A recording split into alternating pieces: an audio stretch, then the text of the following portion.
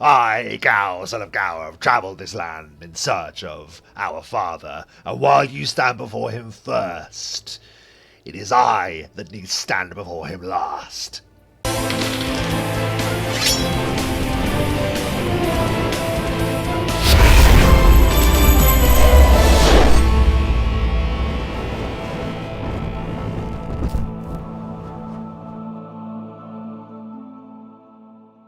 Hello and welcome back to Roll the Bones. My name is Rob and I'm joined as ever by my miraculous players, Mike, Matt and Dom. And we return to the strangers in the lair within the worm's teeth. And as you'll recall, as you were investigating the extra areas within this cell, this prison of the great white worm, the great dragon that is cursed to reside here all this time, as you're exploring the so-called nest of the pseudo-dragons that once dwelt here, that once served the dragon, you instead found something far deadlier in their place. Obsidian from the ground beneath you, two great icy hands exploded out of the floor, the ice-covered floor, and grabbed hold of you. And its surprise action is spent just initiating the grapple and holding it. Obsidian, this thing has seized you, and it is this towering creature of ice. And I believe last session we described that as this thing grabbed hold of you, you were kind of able to glimpse a truth of this creature. At first glance, it would appear to be some kind of ice golem or ice elemental of some kind.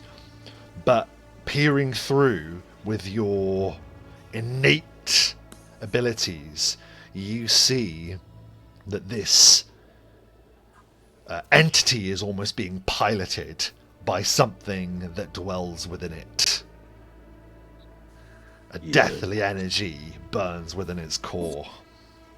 And its frozen fingers begin to freeze onto your body, and it uses its surprise round to just spend grappling you, because what it wants to do is spend a turn grappling you. So that's what it's doing with its surprise round. Our vision moves to Ansel. Ansel, you react next. You see this explosion of ice just come out of nowhere. All this tension from the dragon encounter is now released as some entity is guarding where the pseudo-dragons once nested. What do you do? Well, first I'll send the shade to get close to this thing. Yeah. So it's out of Rebellios's way. And then let's give it a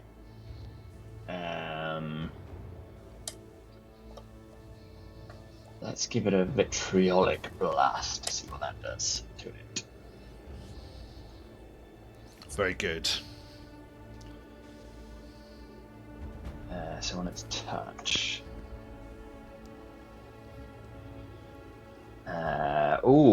That's pretty nice. That definitely hits. It is not possible for you to critical strike this creature. Because it has discernible anatomy. And other reasons, but it's still a palpable hit. The blast slams into it. Obsidian will yell to you. It's undead. There you go. It's undead, so you can't crit undead, but it's still a very good hit. So roll your damage is what he'll shout. It is undead. Attack accordingly.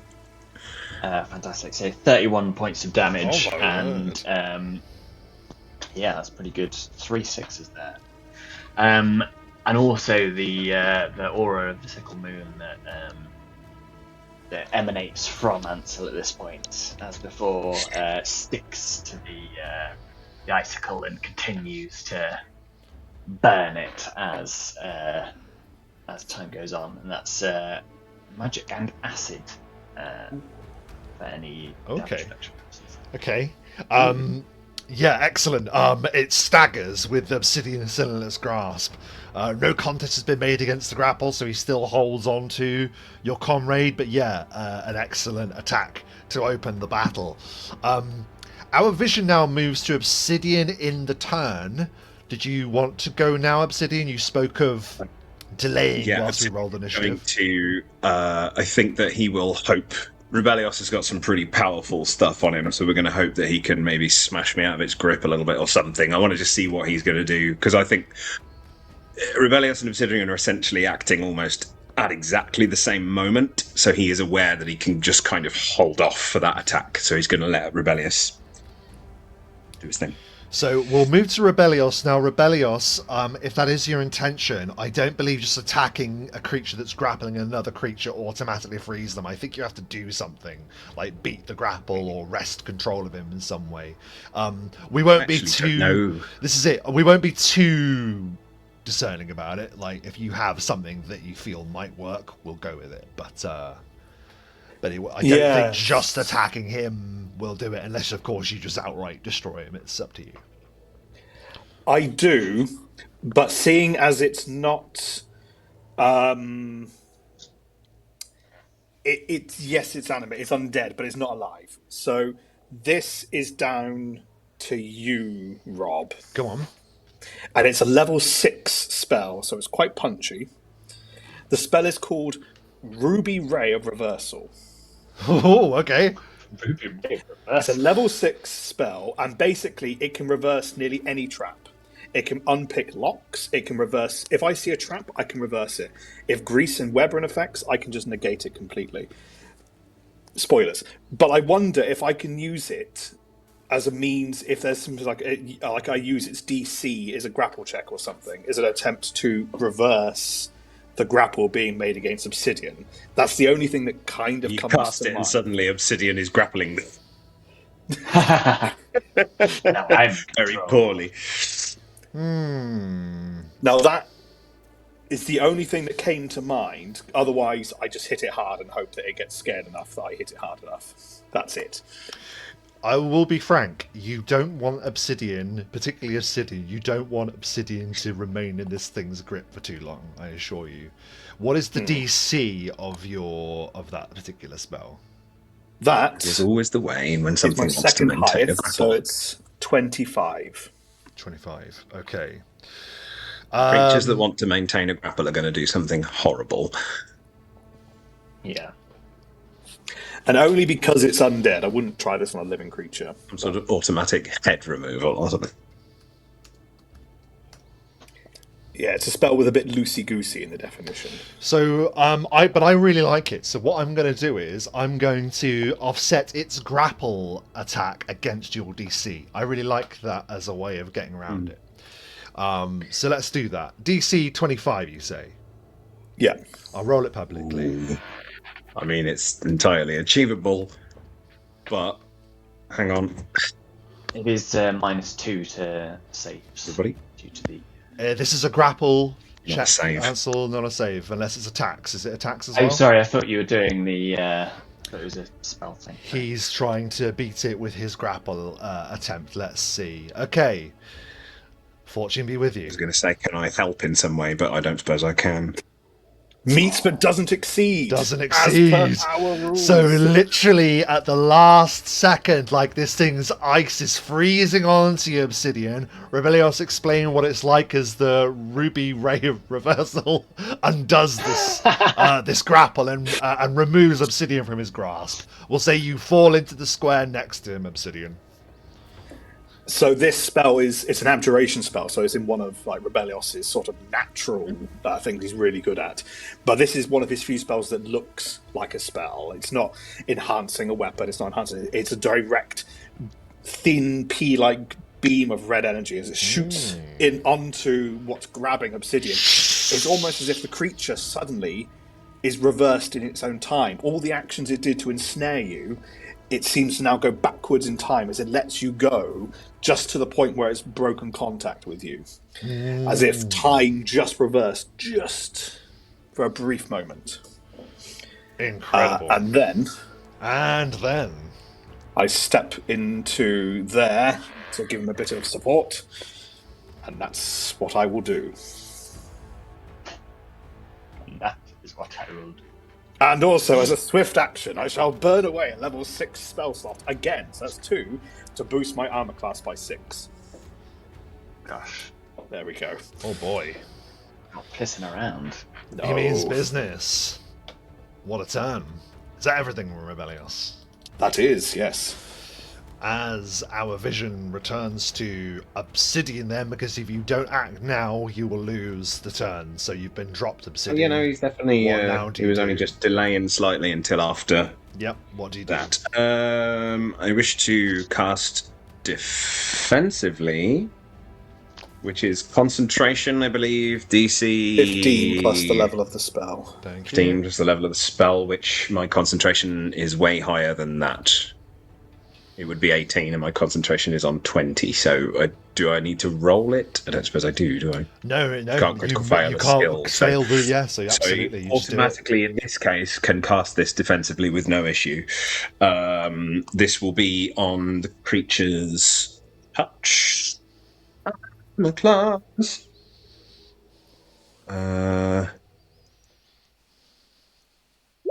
Hey, unfortunately, even though wouldn't that be good for a necromancer, I cannot critical undead.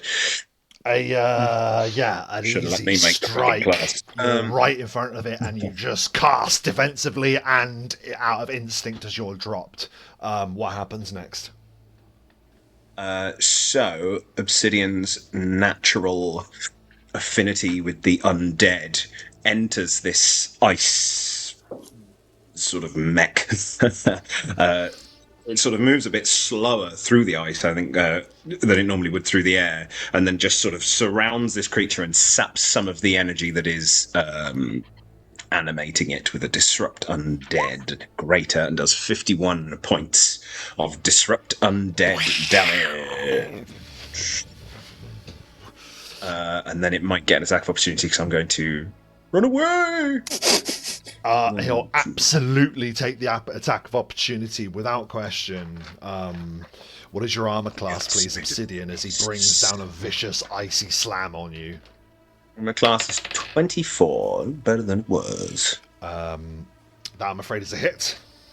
Yes, The Am I the icy... only person who imagines any slam as like a belly bump? No, I don't. Do you mean like a belly-to-belly slam? Or the butt slam attack from Elden Ring. Yes. No, like, you know when like bros like jump and belly bump each other? Yes. I know what you mean, yes. That's what I imagine a slam attack to be. Why not? Hilarious. Right. First of all, that is 19 points of bludgeoning damage and 7 points of cold damage in addition. Obsidian, remember... you gave me all that I cold gave you cold resistance 30. of And 30, we so still I have a don't take couple any of cold. hours left on that. That's right, yeah. Yeah, so I take then 11 points of damage. Okay. Wait, you have what? So it completely negates it? Is that what you're saying? It's cold resistance, but 30. It's It's like on high damage level. reduction for energy.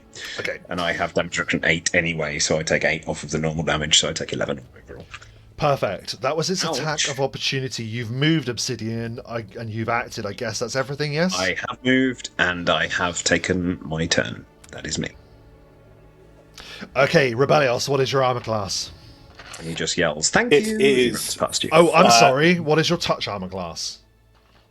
My touch armor class. Ooh. Technically, this is a melee attack because it's the light. It's 24. Okay. That's my normal armor class. That is a miss. It goes to try and hit you with something, and you see this intense jet of ice, almost like liquid nitrogen, pours out of it for a second. It looks like it was going to grab you and then pour an insane amount of deadly cold energy into you, which you imagine would have sapped a great amount of your abilities. But it misses on your touch armor class. It then will use its movement. He will use his movement to move without issue, without obstacle, just immediately like falling into water, down into the icy floor. It's an undead that had the movement capabilities of an elemental. Yeah. That's cool. That is cool as fluff. I like it. You see as it goes down, almost like, I fear it. when you're looking through fogged glass, you can sort of see the shape of this undead creature, like you absolutely said, operating like an ice mech suit almost. But then, it vanishes deep into the ice. Now, the ice isn't impossible to see through, but it will be very difficult to see through. So at the start of the round, can you all make a spot check, please, to see if you can see its shimmering mass somewhere in the ice? 16. 16. Great work. Of Did course. you roll 67. 67? Someone wants to I know win. where each of its atoms are. Still, fucking hell, 24. That's still pretty good. Yeah. That's the best Obsidian has ever done with a spot check, I think. And it is enough. You see... He's run away and he's just lifted his mask for a second to wipe his brow. That's why he's spotted it. So you see, Obsidian, that the creature is coming after you. For reasons that perhaps are evident by the disrupting power and the energy that you give off. It's coming after you. And you see... It's attracted to you. It absolutely is. You can see 5 feet below the ice surface, you can see the creature beneath you at the position that he's there on the map at the moment. And that's the end of his turn. Ansel, it is now your turn, and you watch Obsidian alarmed react to this thing, so it's no secret as to roughly where the creature is. Oh, Obsidian's shouting it. I wonder if what helped you catch sight of it is the ongoing glow from the previous attack that Ansel made, as it does another 2d6 damage. Of course, even beneath the ice, it still does damage to him. Excellent. Yeah. That's pretty cool. It's not a lot of damage, it's 5 points. But it's not wasting the turn entirely. It's Tesco damage. The shade will face after the creature above the ice, so that when it emerges, it'll still be subject to its reductions. Yeah. And Ansel will just move to here and maybe take himself off the ground as he sort of steps as if the floor is a staircase that he's just walking into the air. I love that. Yeah, you lift into the air, and as you do, you get a bit more perspective of the battle. You see, like, within the crystals, you see, like, frozen bones and glinting bits of treasure that the pseudo-dragons have snaffled away to themselves, and they glint around the battlefield as you gain that height a little bit. Am I able to prepare a shot of... You can do a ready... You can ready, like, an action, so you can ready your blast, so when it emerges, you can fire, yeah. Yeah, if that's okay. Of course, yeah. So you begin to ready that fabled power of the sickle moon is ready to blast. Our vision goes to Rebellios, who has taken that turn in the initiative. So Rebellios, what do you do? Rebellios is going to stand next to the shade. Rebellios is going to, as a swift action, call upon the eye of the Paragon as he reaches up to give him that true strike. The eye of the Paragon is on you, you hear in the distance. And then, almost like whack-a-mole, He readies an action. It hits the bit. Amazing. So as you then ready your great hammer aloft, the hammer of Starspire, someone called it, raised aloft, our vision moves to Obsidian. The creature is beneath you, like a shark circling in the water below. What do you do? Well, I think he's got to run away from it, hasn't he? How far his reach goes.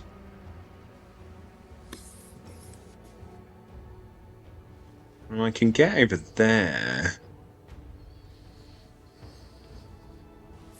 So he will dart away. And also ready an action. Which he hadn't tried before, so we will give that. Yeah, so the second it pops out of the ground, he's going to go for a rebuke. Okay. So he holds up his hand with necromantic power. You see the creature immediately give chase, and all of a sudden, boom! Out of the ice, it explodes up and at Obsidian. But it's as he does that all of the readied actions trigger in order. So first, Ansel, with your blast, please.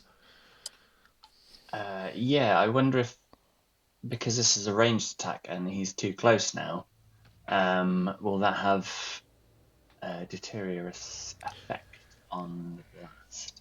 I don't think so. No, and you also said you flew up into the air a bit, didn't you? So yeah, Oh, that's true. Yeah, you're fine. You're fine. Cool. It's okay. Just roll the dice. 19 on its touch. On his touch as it hits, the blast slams into the creature. So it takes 36. And if it's capable of being sickened, it should take a will save as well, I suspect. Sadly, not going to be affected by that, I'm afraid. But it does take that sizable 32 points of blasting damage. Bam! A great shard of icicle is just explodes off its back as you shoot into it. Rebellios, now your strike, please. This is a power attack, so I would take 10 off from the true strike. Because I have no idea how tough its armor is. 47. Yeah, that's a hit. I only doubt it that tough. Yeah, that'll do it, mate. You hit Pelor with that. Nice. And this comes with, so that plus 10 to damage becomes 20 because it's two-handed, because of power attack. 51 points of damage. Boom. Rebellios, as this thing rises up and is about to smash Obsidian, how do you destroy the creature? I think as it's reeling from the blast, Rebellios, it's a weighted hammer, so it goes through, and I like to think it just smashes through the ice. Ice just explodes around it as the hammer just goes right through the icy shell of this creature, and then just sort of twatting whatever thing is on the inside and just crushing it. Yeah, it explodes through the ice and detonates on the undead within the armor of ice. And as quickly as the encounter began, you have entombed the entombed. You see before you now the wreck of your enemy, absolutely destroyed. As you rightly saw, this is an undead that uses some ghastly necromantic power to draw elements around it. In this particular case, the element of the control of ice, rather. You're just very lucky that we rolled that publicly to see if you were going to be dragged under the ice, Obsidian, because you would have just been dragged into solid ice and just left. I thought it was maybe going to do flesh to ice as a spell or something and turn me to ice, but that would have been pretty savage drag too. Under the ice, but this would also be savage. Yeah, and yeah, you can survive for a long time because then it just goes into the drowning rules. But it would just then be a question: could you get out of the ice, which has set DCs of escaping a solid block of ice per 5 feet? Would you take your damage from cold? You're just in solid ice. Yeah, you're like So you just get mashed in the ice. And I mean, left it. It could have dragged you 100 feet down. Freeze. Yeah, you it could have. can't escape a net, so... Yeah, that Yeah, would have that's true. been bad. But as the battle is over before, as almost as quickly as it began, you just see like these twinkling frost particles still floating in the air, and you see the small lair that was once the lair of, I say small in comparison to the lair next door. This is the lair of the pseudo dragons. That would ferry food and riches to the great white worm. Now, they still collect little bits of treasure because they're little dragons. yeah, they have like a little. You can see that the pseudo dragons have been scalping a little bit off the top, as it were. But they're loyal in their service. At least they were until they disappeared for whatever reason. Dude, I freaking love pseudo dragons. They're so cool. They're awesome. And Yeah, they're always really cute in all the images. yeah. Fairy dragons. Yeah, Just wicked. So I ask. Did Oh, go ahead.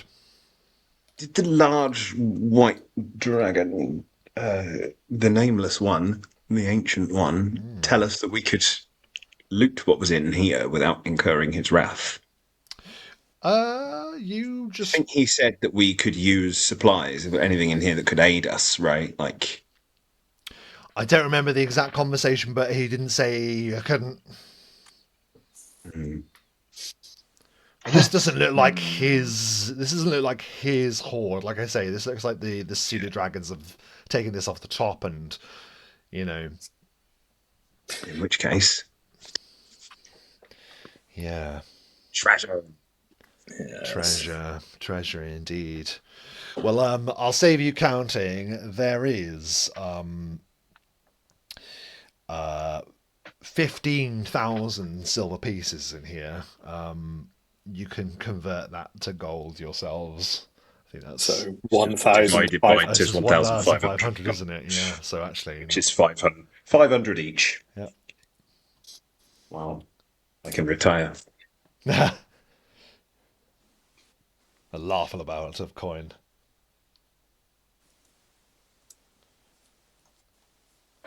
And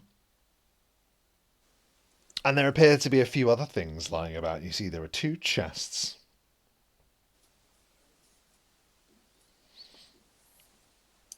Extra treasure. Extra treasure. Just out of curiosity, are either of you two like wealthy?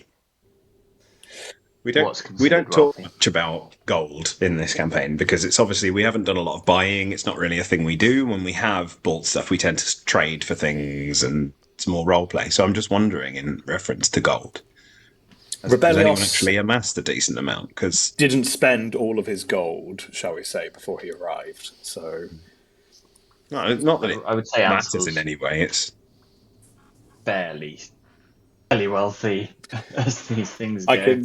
I'm at 25,000. So I mean, you have more than. Yeah, I'm not quite got that, but I'm not far off. I have 22. 15,000 now. and I don't know about what Sylaster was at before this point, but I don't think it was that much.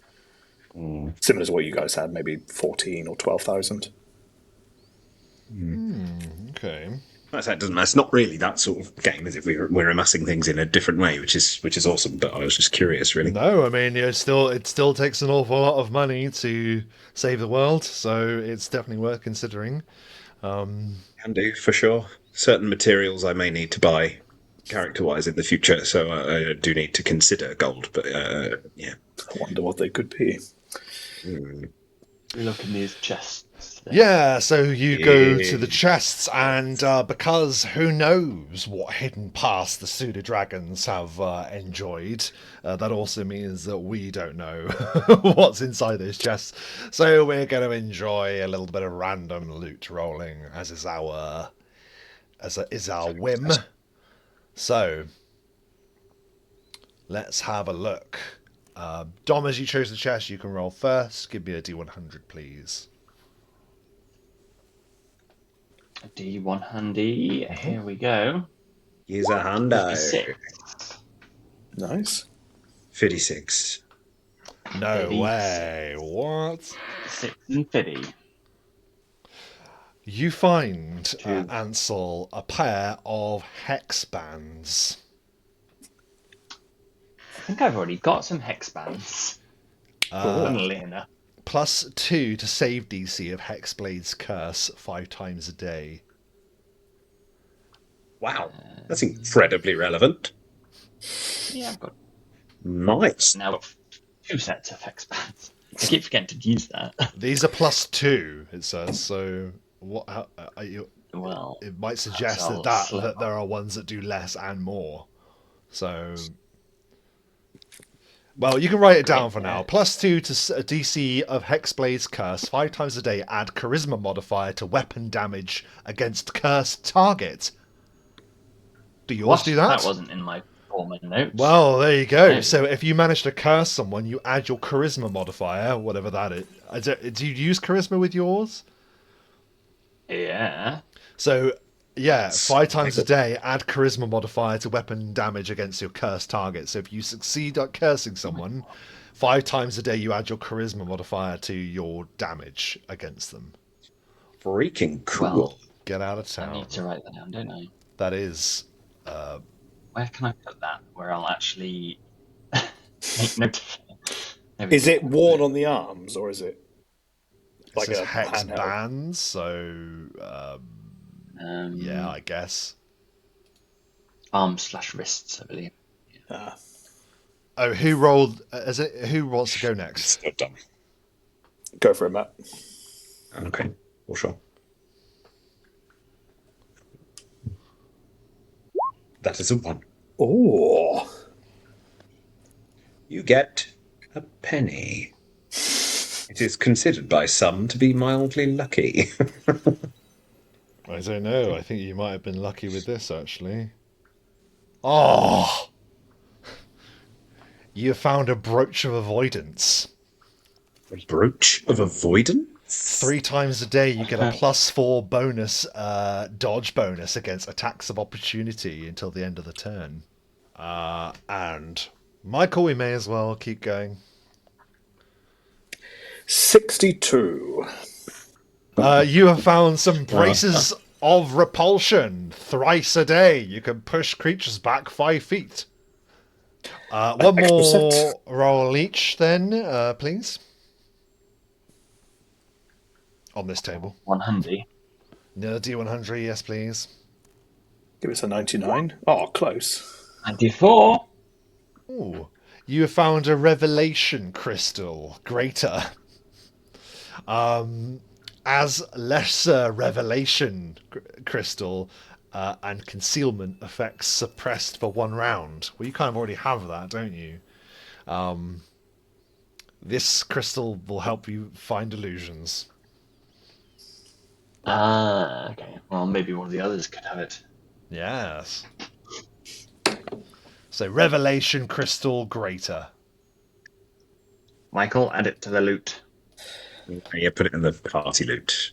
I'll type it up later. I'm just writing it down. Sounds... Put it now! Next roll, please. It's tradable. That was me, wasn't it? Thank There's you. the 99. I got a 1 and then a 99. I mean... What sorcery Okay. is this? What sorcery is this? Oh, wow. Vestments of ebon silk. Crafted from the silk of Loth herself. This gives a +2 on all saving throws. Wow. It's just a +2 on all saving throws. It's just a vest of resistance, but themed around the dark spider goddess herself. As a vestment, is that the torso? If it's a vest, it'll be torso, won't it? It's a cloak of resistance, be shoulders. It's a vestment, so yeah. I mean, the problem with that is, does that mean I can't wear armor? Do I have to take off my chain shirt? Can it go? My chain shirt is mundane. No, because they body are 2 different spots. There you go. Yeah. Under Goes on a slot, and you don't have other bonuses to your saving throws, then yeah. I think I've got any sort of cloak of resistance on it. Have one on here anyway. because you would have a cloak of charisma. I do have a cloak of charisma +4, which means I can wear that and this together. That's freaking cool. I could actually do with that. Yeah, there you go then. So And it's of this course, intricately crafted out of the spider silk of Loth. This beautiful vestment. And relic powers. Ooh. And relic powers. I didn't say that because I was like, I don't know what that is. oh, relic powers when you That's like what you activate, right? attune, Yeah, attune with something or something like There's that. sometimes items in a Maybe set. if you're wearing a set or something. We'll have to look into that. But for now, Don't worry about it. what was it? Who's got the next roll? Still. Me. 62. Big IL. Wait, I've rolled 62 twice in a row. Well, thankfully we're not using the same table. Ah. Braces of aerial combat. What? I mean, I can fly, as can Ansel. Yeah, I don't know what they do. Let's find out. Braces of aerial combat grant you a +1 competence bonus on attack rolls if you or the foe you attack is airborne. Okay. In the other chest, there appears to be a number of potions. So a D100 roll again, please. 7. You find an oil of darkness Oil dark. as the spell darkness. I'm not sure how that works. You just Really? throw it, and it just makes the space dark, have darkness as the spell, I guess. Interesting. Okay, next. That's me, isn't it? Yep. Oh, is it like daylight? You can cast darkness on an object. So I guess. probably 19. oil. 19. Great rolls from you today with this. An oil of greater... Oh, no. 90. An oil of magic vestment. +3. You keep getting magic vestment potions. You got some last session, I think. I think that was. You need to start using these. These are boosting your armor class. So yeah, magic vestment +3. Another roll, please. Pew. 96. Oh my god. Magic vestment +4. Armor class, armor Okay. class, armor class. And then one more roll each.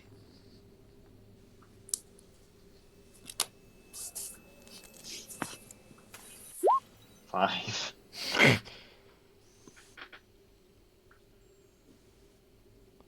A cure moderate wounds potion. Cure mod. Obsidian. You got Michael. 9. Me again? Yes, please. Yeah, one more roll each. So that was Dom's. Now it's yours. 48. 48. Oh, a potion of neutralize poison. Good for if you are nauseous, I believe. No, that's Yeah. Is nauseous poison technically? Am I thinking of Baldur's Gate? Maybe? We'll look into that. say that again? What? Neutralize poison is the potion you've just uncovered, Obsidian. And finally, Rebellios. 57. A potion of remove curse. Something that would have been very handy a couple of sessions ago as you were playing a certain doomed snow elf. Yes. There we go. Sad face. You have uncovered such prizes. Such prizes indeed. I don't know about you. I say we head back to that camp we found. Set ourselves up, get a bit warm, and then in the morning, go from there. There's also all that silver. Yes, you're quite right. There is further silver that awaits you further down the mountain, and that is where you go. You trudge down there past the corpses of the dire bears. You go through the cave, first of all, past the still inert chilblain creature that still appears to have that hungry menace about it as it's still held there. And you return back to the camp, where yes, indeed, there is an immense amount of silver that still lies there. And you're able to get settled and... Please, we may be in this cold, frigid environment, but that doesn't mean that we should not rest in comfort. As Rebellious pulls from his infinite scroll case a scroll and casts Layman's Secure Shelter. Get out of town. Finally, someone that can sort us out. Only a few times. I didn't pack too many scrolls of this, but I thought it's cold, so why not? As a sort of, what would be the way to describe it? It's a military cottage. It's been used by Rebellious' Knights Ascendant. So inside are decorations akin to what would be like war decorations, shields, weapons on display, a big bear rug is on the floor. But yes, You could have a new polar bear rug if you wanted. If you had I the could. skills.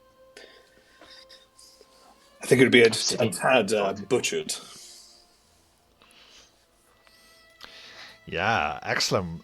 Soon there's a roaring fire, and with your shelter, I imagine there comes some accompanying rations as well, so you're able to fill your bellies and drink heartily. But it's notable that it's difficult to be fully comfortable, knowing the immensity of the creature that still lies in the heart of the mountain that you now rest upon. Is there anything that you guys want to discuss, or anything you guys want to do whilst you rest atop the worm's teeth? I need to introduce you to a friend of mine. As Rebellious, his golden armor is gone, so he's now just in his sort of white, resplendent jacket. Don't say that as you're taking your armor off, dude. That's weird. It's a spell, so it just diminishes. But he reaches into like an inside pocket, and he pulls on his hand. It's a rat, except this rat is wearing a rat-sized jacket in a very similar styling colour to Rebellious. There is a book sort of strapped to the rat's back, a bit like a backpack, tiny sort of pocketbook. He goes, "This is Anaya, my faithful familiar." And unless any of you can speak with rats, I don't think you'll be able to understand Anaya, but it's okay. She's a good rat. As he lets Anaya just start roaming around in her jacket and book. Does she walk on her hind legs? No. No. Shame. You've got a pet rat. That's so cute. Yes. The shade will loom over her. Not the shade, I mean Cry, in fact. Right, yes. Will loom slightly less than the shade, because the shade is human sized. Cry is a ferret or a weasel or something like that. Yeah. She's a good friend and stays close to me to stay safe. Trick can probably speak with animals. I don't know. It's on some level. Little familiar's corner. Why not? Yeah.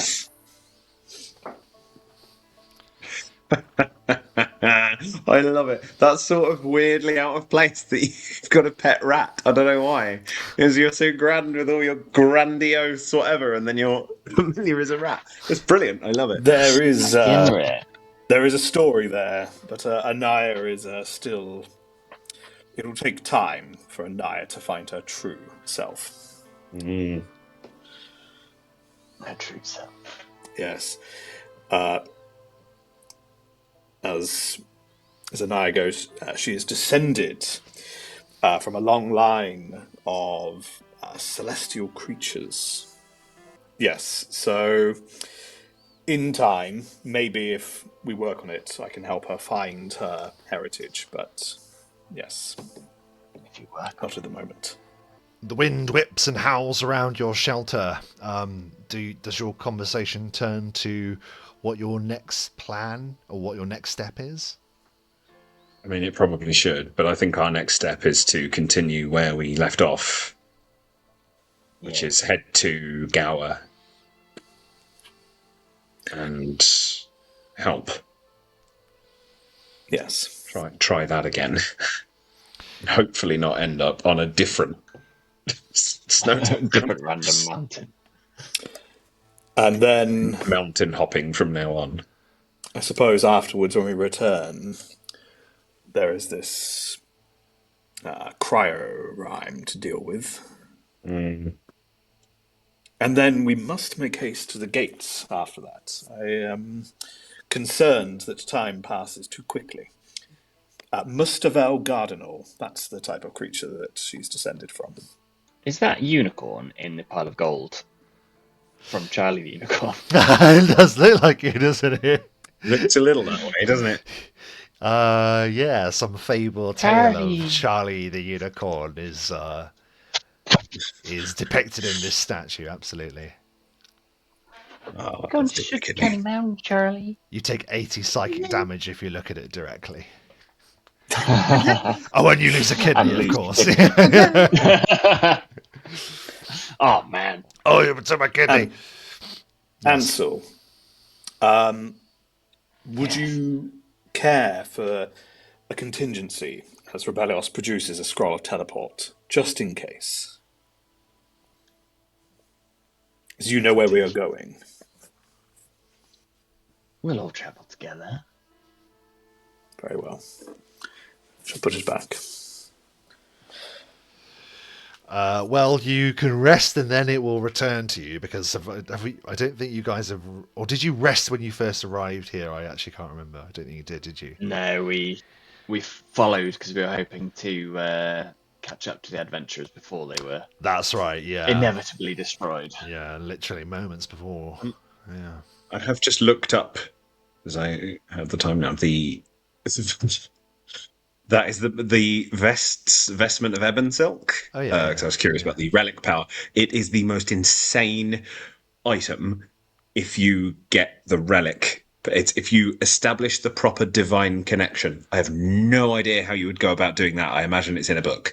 But if you do that, it becomes an artifact almost. It gives you continual spider climb effect, plus 8 armor bonus, a plus 4 resistance bonus on all saving throws, continual spider climb, and freedom of movement. So the question is that how do you gain Lolth's favour in some way, and then that'll don't activate? see that he could. To use the relic power, you must worship Lolth, which he doesn't.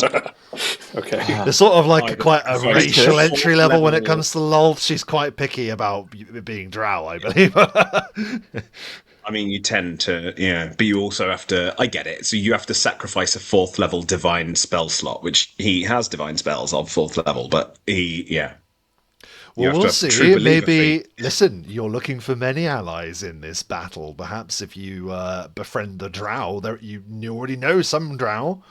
Maybe in the future. Maybe in the future. We'll Elves see. a drow, right? I mean, Doubles a drow, I just thought it was interesting. I was curious what it was, but that's a very powerful item in the right hands. But for me, it's more than ample. Yes. And it looks amazing. I think it would look rad, like the spider kind of silk almost across that your... he's still got the. So he's put it on underneath. So he's kind of because his other clothes were getting really raggedy underneath. So he's still got the leather over the top, but now underneath it's kind of this kind of spidery silk robe type thing. So it sort of covers him right down to his ankles now. Sort of Is it full like a grey colour? Yeah, is it like it's silvery? according to the image that comes up, it's black, but it has like silvery grey strands all within it. Lolth's webbing is black, yeah. Yeah. She's the eternal knight of the Underdark. He's just, uber goth. I like that he's wearing robes actually now. Yeah. He was wearing ill-fitting leather trousers before. He was creaking, wasn't he, with the... He's throwing the leather trousers away. He doesn't need them now, and he feels a lot freer, although possibly slightly more chilly. That was a mistake.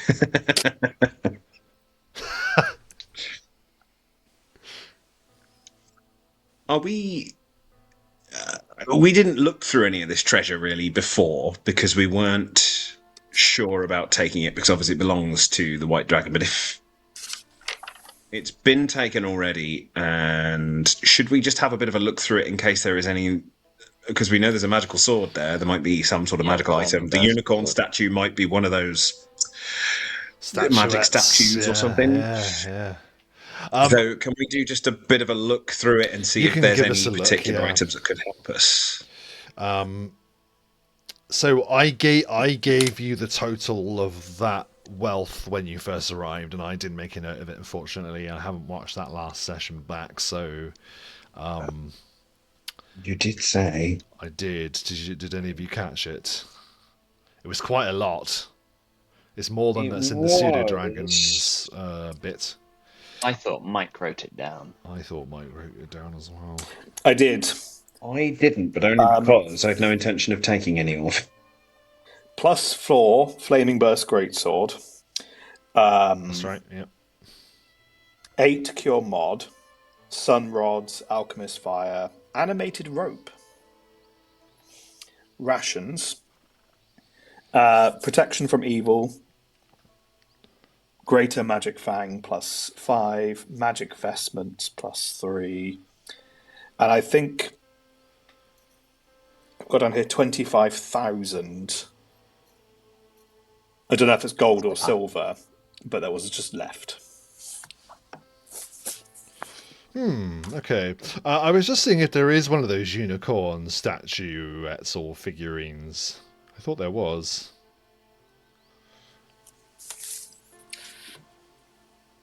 Just because it would be quite funny if it is, because I would absolutely say it is if... No, I can't find it. For now, we'll say that it is a silver unicorn statue, but I'll look into it, and if it is, then perhaps it has some hidden power within it.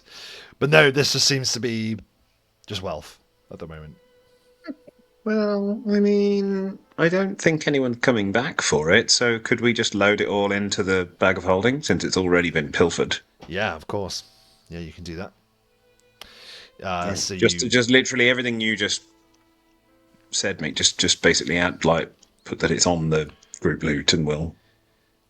Yeah, you shovel it in. Shovel it in, yeah. Well, actually, how much did you say in just currency? Because we can divide that now, and then we don't have to think about that later.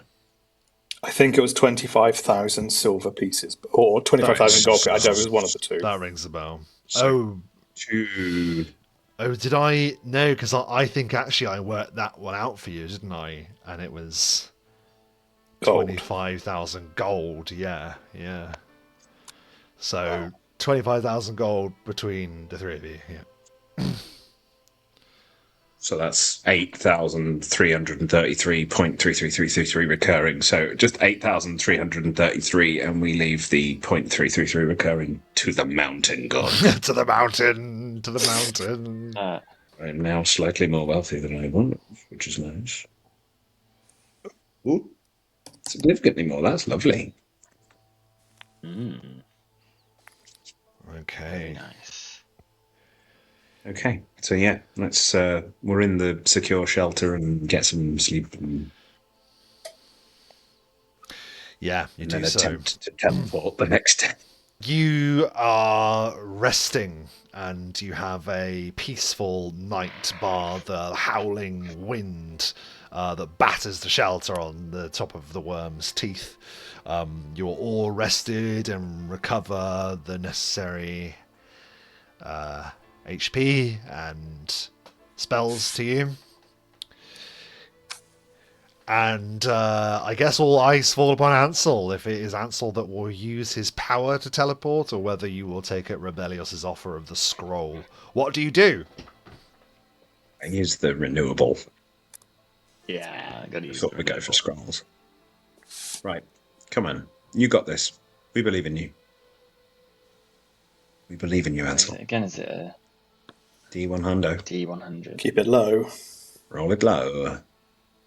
Come on, high. It's a Big, 2, it's a big 2, numbers, big it's numbers, a big 2, numbers. it's a 2, rolling a 2, rolling a 2. 43. 98. Oh, mother. Oh my god, we're on another different snowy mountain.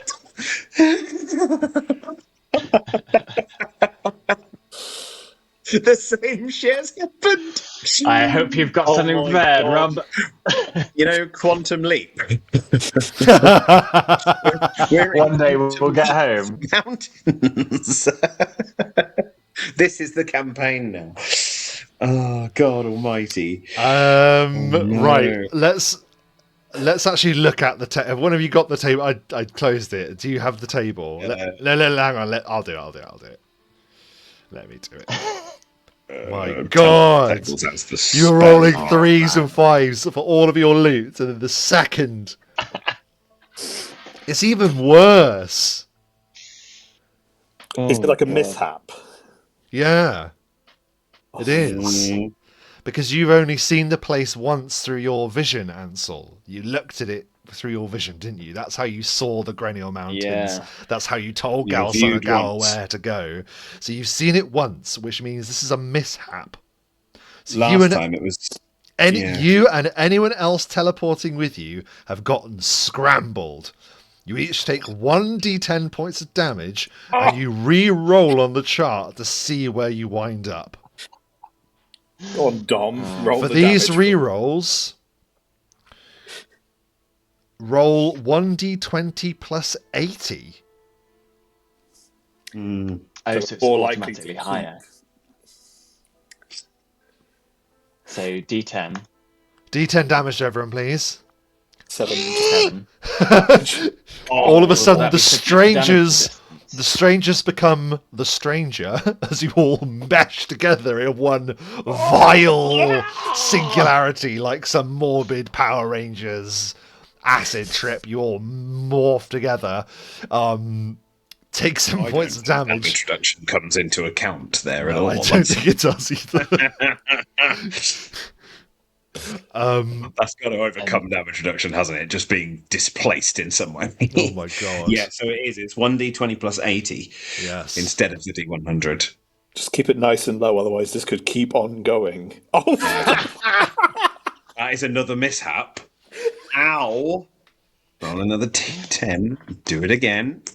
The strangers appear in a realm on the other side of the planet, for half a For a second. moment, you see like a caravan with old wizards. That's I kind of think because we're teleporting, so we're not physically in any particular place. We're currently mid-teleport, so Yeah. we're You're still between dimensions almost, just being. Another 5 points. Oh, stop it! So you all hurtle through. Oh yeah, do the damage again, please. Sort of 5. Was it 5 points of 5. damage? 5, yeah. You hurtle We're in a mishap loop. through the spaces between spaces. You just see flashes of different realities. You see a bunch of people just sat in front of their computers, just playing Dungeons and Dragons for a second. They're just there out of my window, and then all of a sudden, with a 5, you literally arrive can't perfectly beat on them. No, that was the target. damage. Oh, That sorry, was the yeah. damage. 89 is the. 89, yeah. So we're in similar area. We're in similar area, which is what we'd hoped wasn't going to happen. You arrive back where you started at the similar area. Oh my god. You arrive back on top of the worm's teeth. The spell is used. Ow. Because no, I didn't make another. I didn't possibly think that it would happen again. But that's just me, isn't it? I'm the moron. Right. Without saying Which a word. means Hey, you're the fool. Chance, we take the fucking day off. That's what we do. We haven't done that in a long time. You've got a shelter there. Why don't we sit and play cards for the day? I Do you know what I give mean? the scroll to Ansel. I have another one in my thing. So Why would you burn a scroll? because otherwise, this is what scrolls are for. We use these. I can always get more. This isn't an emergency situation. I have one as backup. All right. You do you. They're your You don't scrolls. need to use it. And so, unfortunately, you're the only one who's seen this place, so yes. Yes, Ansel is indeed the only one that saw through the reflection with the power of the sickle moon. Right, Ansel. You know what level it is? Teleport is level 5? 3 or 5? 5. Can you not do it automatically? Does he have the ability to... Well, I need to check. I would need intelligence check first of all. Of 20. I can't cast anything to help you, but I rub your shoulders. It's an arcane spell, so yeah. Yes, it would be intelligence, not wisdom. Oh, but charisma.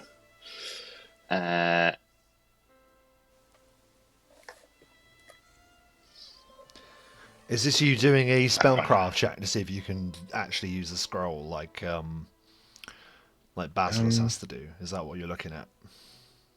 Yeah. No.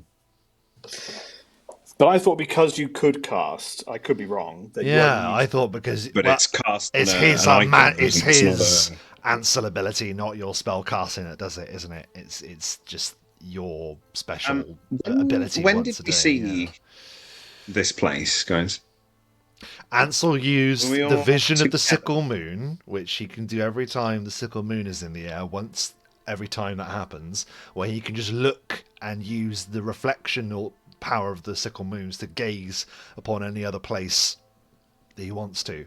And he did this as a favour to Gao in the first campaign to find the location of Gower, the king of the stone giants.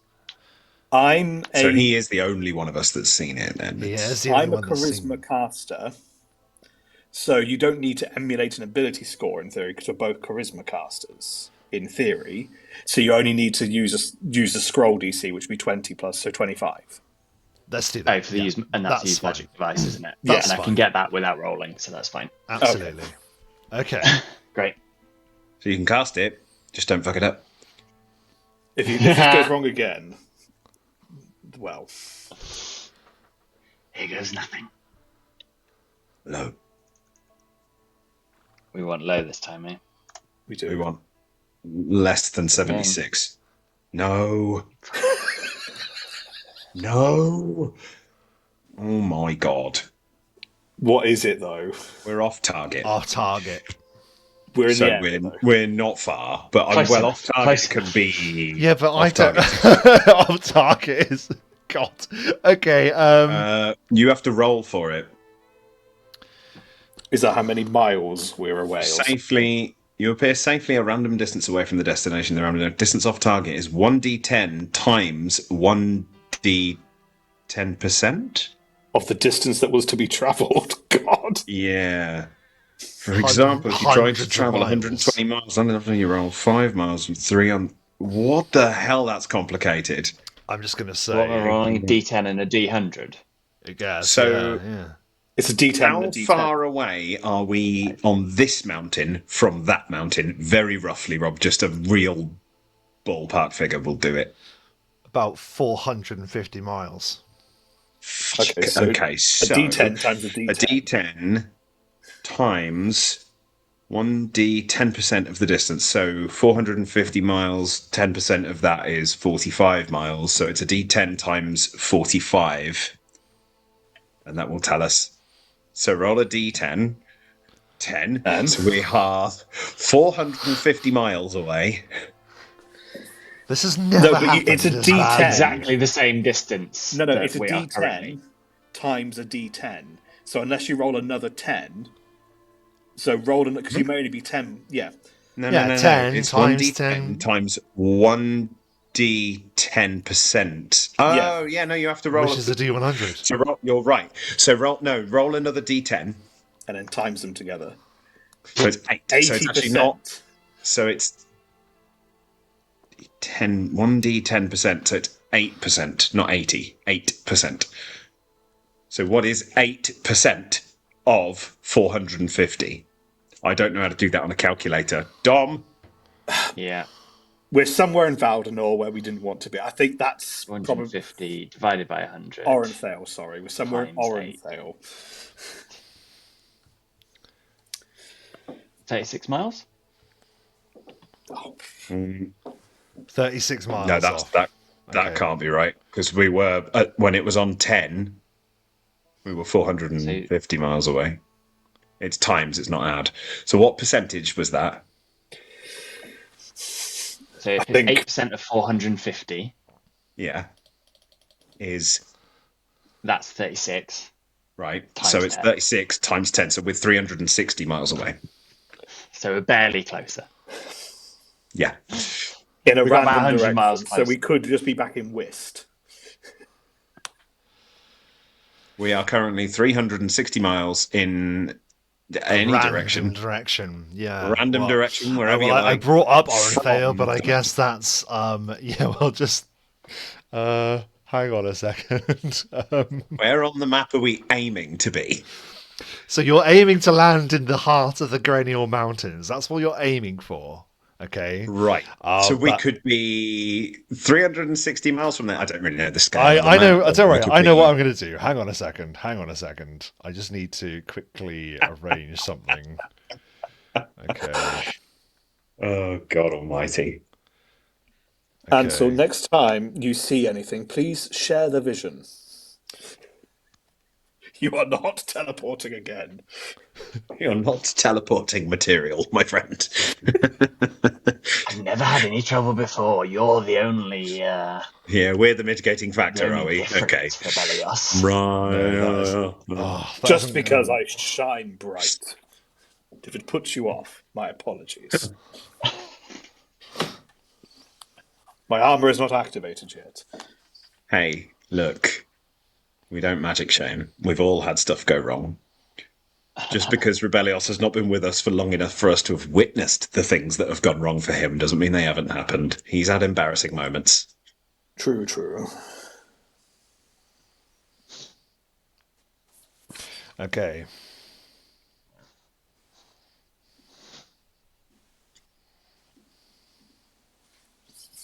This could be really bad, because there are some places we desperately do not want to be on this ever.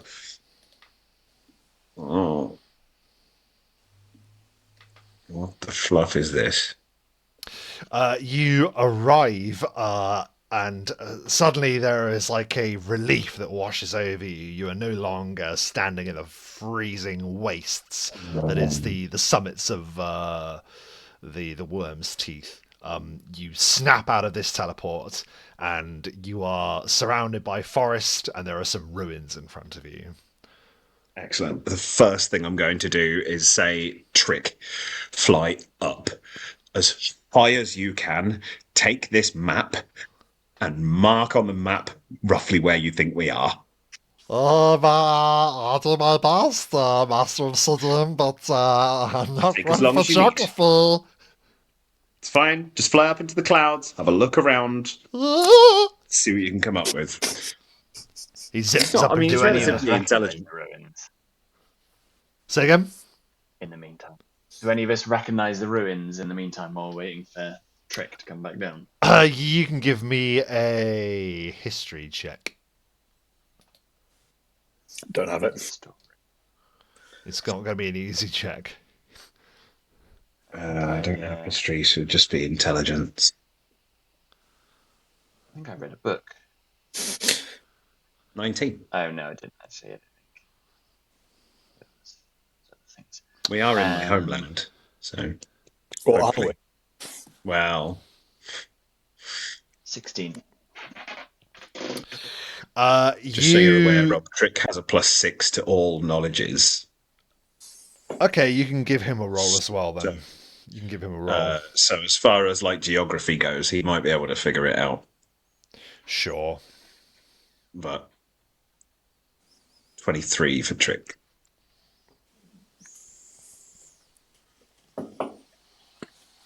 Okay. Possibly the first time that my familiar has come in handy. Particularly useful in those contexts. Let me just see quickly.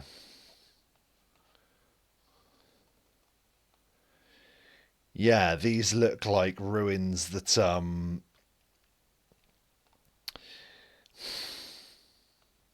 just trying to. These look like ruins with the stonework that is similar to that you've seen around Wist. You think from this combined with Trick's knowledge, he comes back down and he describes to you that it looks like you're in the northern reaches of Ireland currently.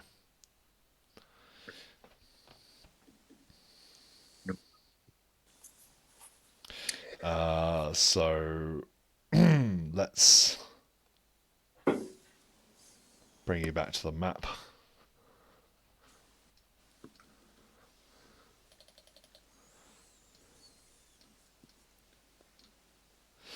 So you're just above the writing where it says Remnant Wall or Remnant Wall. Right. We really didn't get very far. We did. We just then came all the way back. Yeah. Yeah, we've been miles. It's just, oh god, why is this so hard? Yeah, Oh. I mean, it's up to you. I have nothing more in the way of traversal that can aid us here. There's surely if you do it again, it won't happen again, right? Surely not. I have a final scroll of teleport.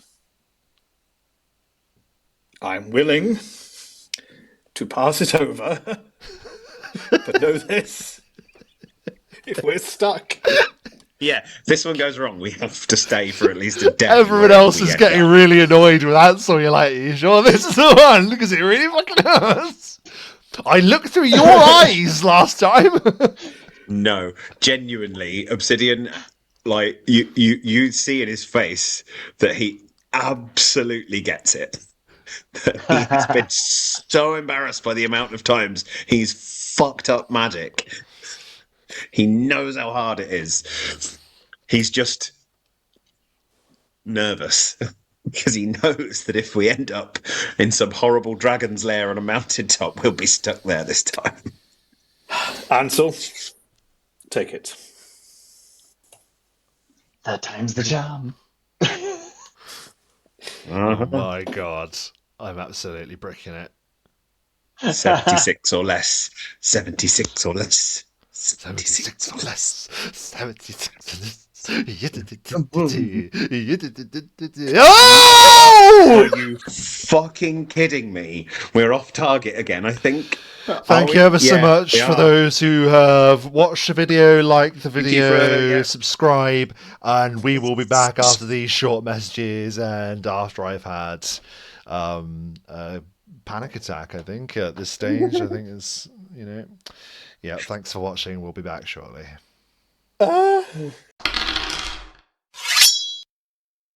Couldn't possibly go wrong another time.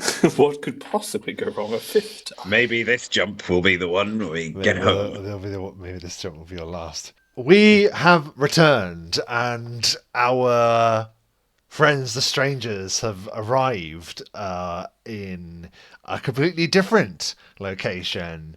It is a completely nondescript, empty plain. Grasslands stretch off to the north, west, east. And I could probably emulate a map with that. I'm not going to. I would just fill in it green. That's all you would see. The great winds of the world breeze over you, and different shaped clouds waft over your heads.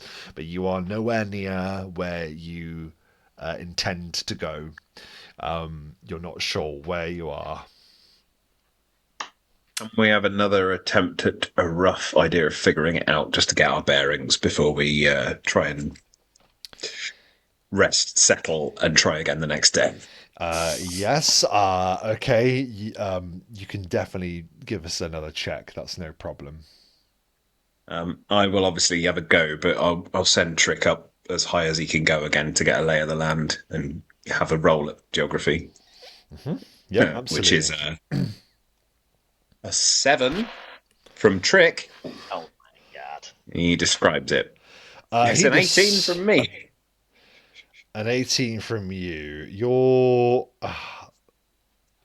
You really, it's there isn't really much for you to go on. So even though an 18 is okay, there isn't much to go on. However, Trick is convinced when looking at the larger map of Main Realm, as we are wont to do. This is actually an out-of-date map, to be fair. But his best estimation is that you are somewhere between Ireland and Orenthale. Right. Okay. Yeah, that makes sense. Before the Valley lands, but not before you go past Hemford, which is the great river crossing that sort of it marks the natural boundary between Orenthale and Ireland that runs from Hemnon. That's roughly where you are, at least according to Trick and your notes combined. Okay. Right. We're going to have to set up camp and we're going to have to do watches, I think, unless you have another shelter. I do, but this place is so exposed and so open. I don't think we need to worry too much about. Yeah, we'll need to protecting keep us. watch, though. With it being so exposed and open, we do need to definitely keep watch, because nighttime, anything can creep up on us. But, we can do that. We do watches all the time. Yep, so we'll have a synchronized watch then as you bed down and rest, I guess. Who's on watch first?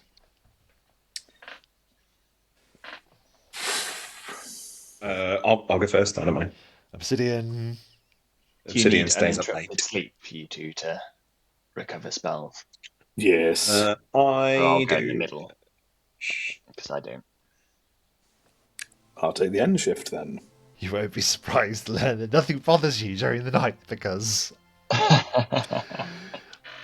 I just get some more. I guess I am going to have to just have some more random locations ready.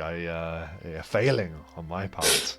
Yeah, if we're going to keep teleporting about. Yes. But the night passes without issue, and as the clouds wheel overhead and night passes into day, what do you do? At least we heal from all the splice damage. Yeah, I am. Oh yes, That's anyway. Right. We have a bit of breakfast, just to set ourselves up for the day, because we don't want to teleport on an empty stomach.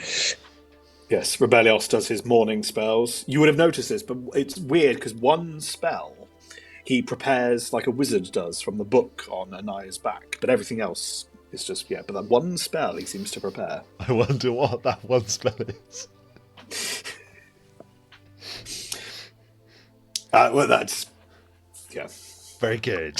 So the strangers crowd around once again, and all eyes are on Ansel. Once again, Ansel gets a little shoulder rub. Before he casts it, he whispers to the staff, "I will snap you." 76 or less. 76 or less. Seriously, if it's over that this time, you need to get a lottery ticket. Oh my goodness! And as the strangers whip into teleport space, you are spirited far across the realms. And after a short but very jarring trip, you come to a sudden halt. And you arrive at a vaguely familiar layout kind of camp. But of course, it is evident that the location is not the Worm's Teeth. Ansel, you have successfully teleported the strangers to the Grenial Mountains, and the moment you arrived, there is an uproar as suddenly two figures are up and moving towards you at great speed, as if to strike at you, as if you were a foe. I arm myself. But as you do, they skid to a halt, for two of the figures are looking at Obsidian and Ansel from your glancing, Rebellios, and see that they recognize these figures. Obsidian and Ansel. Before you is Kidos, the wandering Yankee warrior from the very first session of the Knights of the Apocalypse saga. And as well there is Gao, son of Gawa, the half-giant barbarian, stands there too. And as they skid to a halt, Gao looks at you and says, "It has been many, many hours since I last saw you."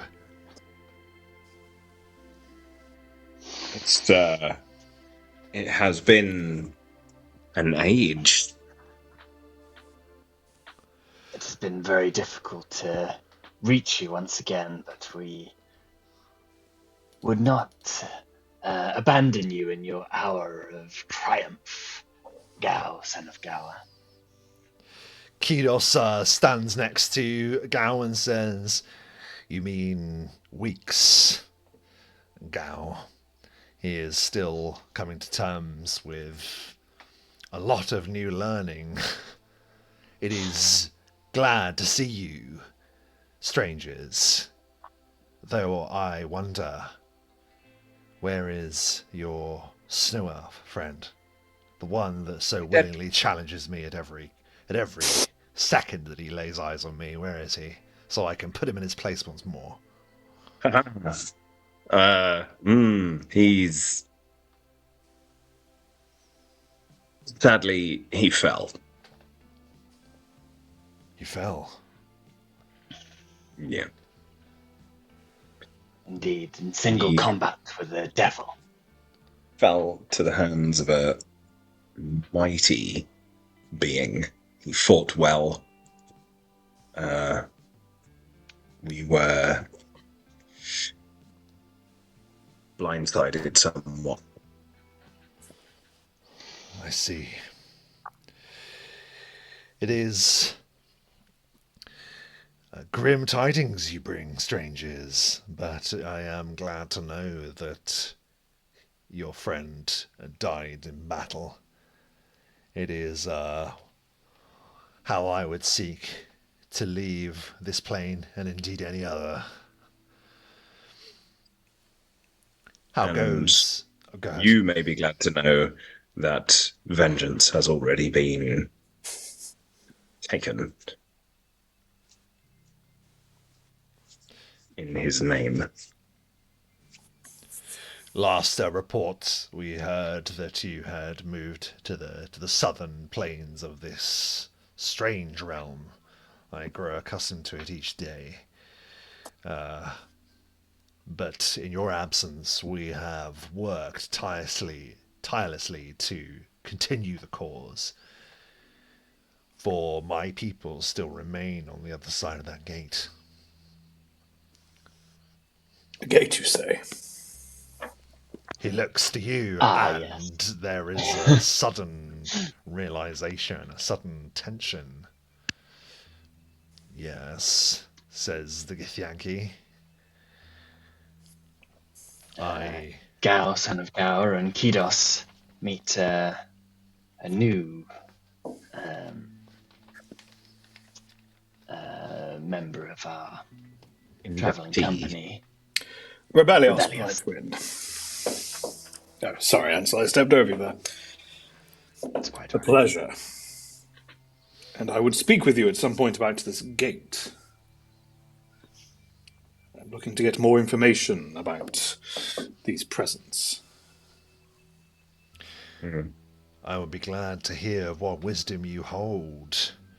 For you, I can see just by glimpsing you that you have something of the plain touched about you.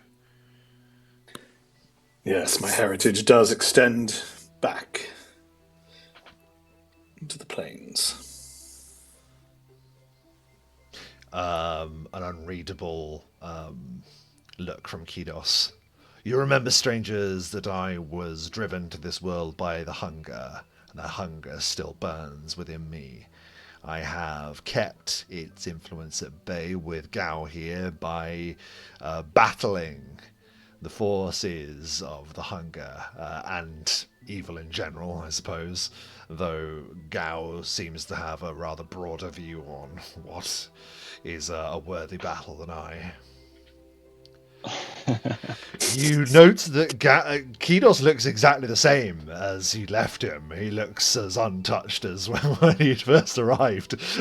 Calm, serene, a hardened battle monk from another world.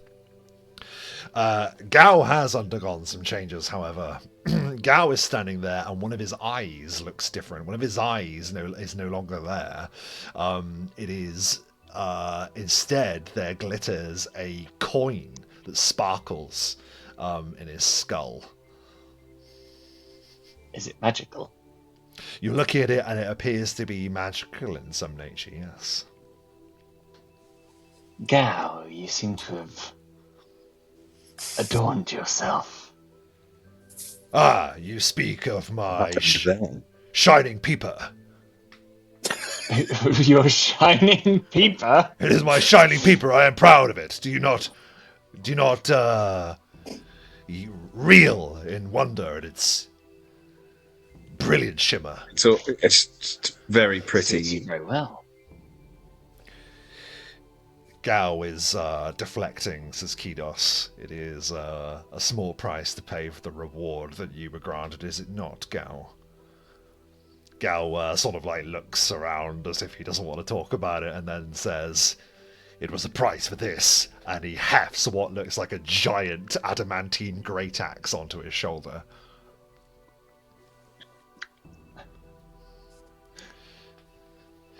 It is the only weapon that will slay Gower, my father, the stone father that slumbers atop this very mountain. It is most fortuitous that you have come. Brigid said that we wait for We are at your disposal. Yes. It is glad that you have come. It is glad that you have kept your word, Gower, son of Gower. I will remember this when I am king of the stone giants. Just a little deal with with an interested party to attain this weapon, and now I am ready for battle, as is Kidos. I have undergone some transformations myself, says Kidos, and you can see that maybe he has changed a little bit. He's gone up one level, Kidos, and his palms seem to radiate like a sort of like a hidden power. Ki, the power of Ki, sort of like seems to like swim around him in focused, hardened matter around his fists. Awesome. Do we think Gao has taken some sort of willing deformity? Then, or has he replaced his eye with a magical? A deal with someone. Well, I'll tell you what, you can all do a knowledge arcana, but Ansel, you can do one which will be at a significantly lower DC. Okay. Because Ansel will probably recognize something about this. 28. 25. Only 20. You are all aware that this coin that is in Gao's eye, or is his eye now, is it's kind of like an emblem. It's kind of like a signing sigil of power. It seems to radiate some kind of magical energy. The coin. But that coin radiates a borrowed magical energy. This appears to emanate from almost like a warlock kind of power, where the power is taken from something else. You see, Ansel, that Gao has some kind of patron that in return for this axe has given this power, and this seems like kind of like a bargaining energy. You see that there's some kind of curse magic around it, which is why you in particular sort of resonate with that. There's something cursed about Gao at this time. Who did you strike a deal with? Gao, son of Gao. He sort of looks shiftily around and then says, "It has been many, many hours since we last saw you. We weren't expecting to just sit by and allow you all the glory, so we travelled northwest from here, into the Petty Kingdoms. The Curse Broker." The Curse Broker. Do we know that name? I feel like we've... You'll remember obviously from one of our games, but let's see if the strangers know. You can give me a knowledge, history, local, or arcana. Arcana, please. With Arcana. Yeah. 28. Oh. 18. 17. I think it's most fitting that Ansel gets this immediately. The Curse Broker is a name that you have encountered many, many times. This is a figure of folk status, like folk story status. A shadowy figure that moves about the lands, offering curses, but in exchange for either reward or another deed. This figure is said to be at large within the Penny Kingdoms, which is the ever-warring, ever-filled with strife 3 kingdoms that exist in the northern reaches of Orenthale. 3 halfling and gnomish kingdoms sort of battle for supremacy in a constant cycle of revenge and war and betrayal and bloodshed. And if I wanted to see some games played in the Penny Kingdoms, where would I? You would just have to go to Performance Check on YouTube and search on the playlist for Curse. I don't know, what was it called? It was something of the Kingdom of the Curse Broker. TPK, that's right. Some of our first games that we played online together here. But yes, I needed this weapon, for it is only the sting of adamantine that will pass through the stone plate of the stone giant, and I no longer will be held back by this as well, says Kidos, like with a flick of his arm for a second, which suggests that his key strike is the version that allows him to turn his fist into adamantine, basically, as is the way of the monks.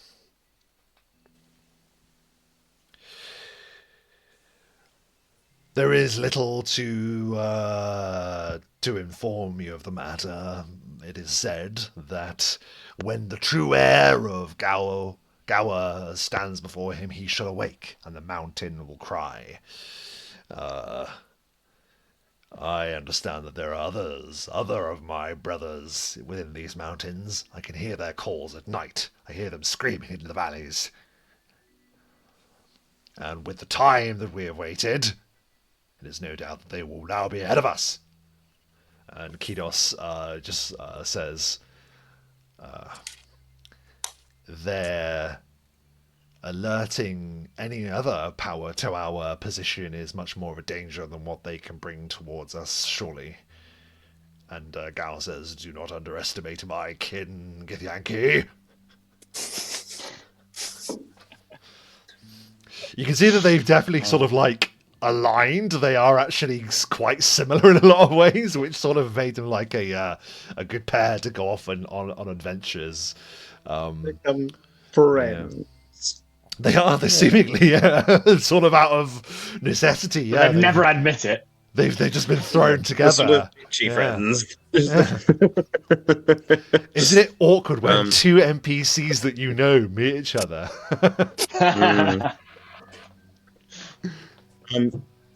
We have come. You have assisted us in the past. We are here, as I said, at your disposal. We are but a weapon. Aim us at your target, and we shall do as you ask. It is glad to hear, and I am most humbled that you are true to your word. You have already demonstrated that you are greater and nobler kin to me than those that you found me with in the Valley of the Prophet. If I should die in this battle, strangers, know that I will die gladly, with you at my side.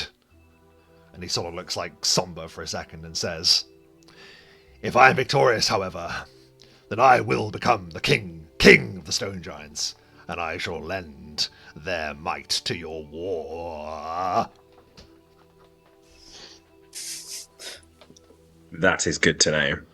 In which case, we must do our very best to ensure that your campaign here is a success. Then let us march to the heart of the Grenial Mountains. Let us Points that bloody way.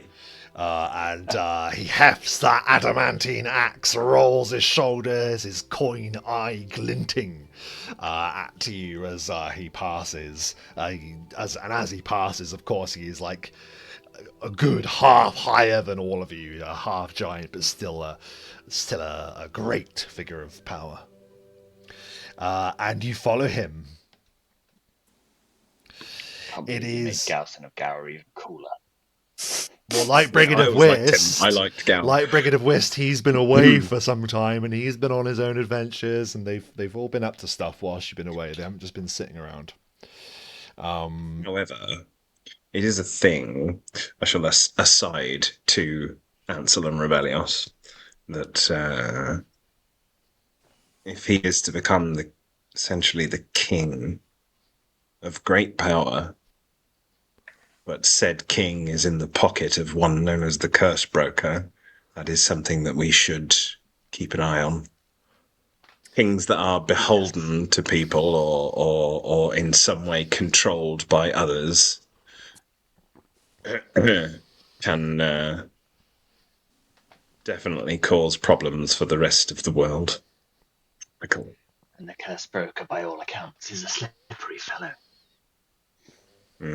Yes. Just something to bear in mind. I'm not suggesting that we take any action, just we're aware of this being a risk. Let us away. It is an unhospitable climb, but having just been on the Worm's Teeth, the Grenial Mountains are grey and barren and cold and unkind, but they're not quite as frosty. And you're watching Gao sort of like move ahead of the company, leading the way. Kidos sort of slinks at the flank, like a cat of some kind, hopping from one rock to the other, light on his feet. And eventually, you strangers crest the very top of the mountain, and before you see the realm of Orenthale, the realm where this story began, your home, Obsidian. You see the great land before you, the Arrow of the West, as it is known. You can see snarewood wreaths out beneath you. You can see that a shining white star at the foot of the mountains there rests. Valdenor, the oldest city of the realm. Obsidian looked kind of wistfully for a moment in that direction, just in thought, before. You don't get much time, however, to dwell on what lies behind you, because what lies in front of you is a sight indeed. Strangers, you crest the top of the mountain, and there you see the thing that Gao has often spoke of, the stone throne. A never-ending story, and I love it. Sat atop that stone throne is a gargantuan stone creature. If creature it is, for it just seems to just sit there inert, staring into the mountains. But at its feet there are two large figures. There are two stone giants. And as you're approaching, you can hear them quarrelling. Classic stone giants.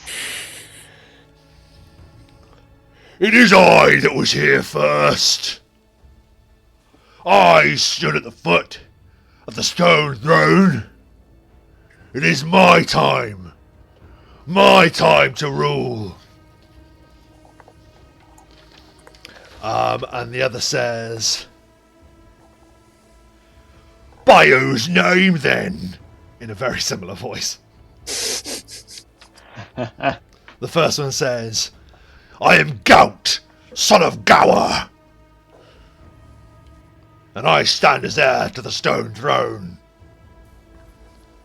You don't have to tell me your name, you idiot. The other one says, as I don't need to tell you that my name is Gaul, son of Gower. Yeah, here we are.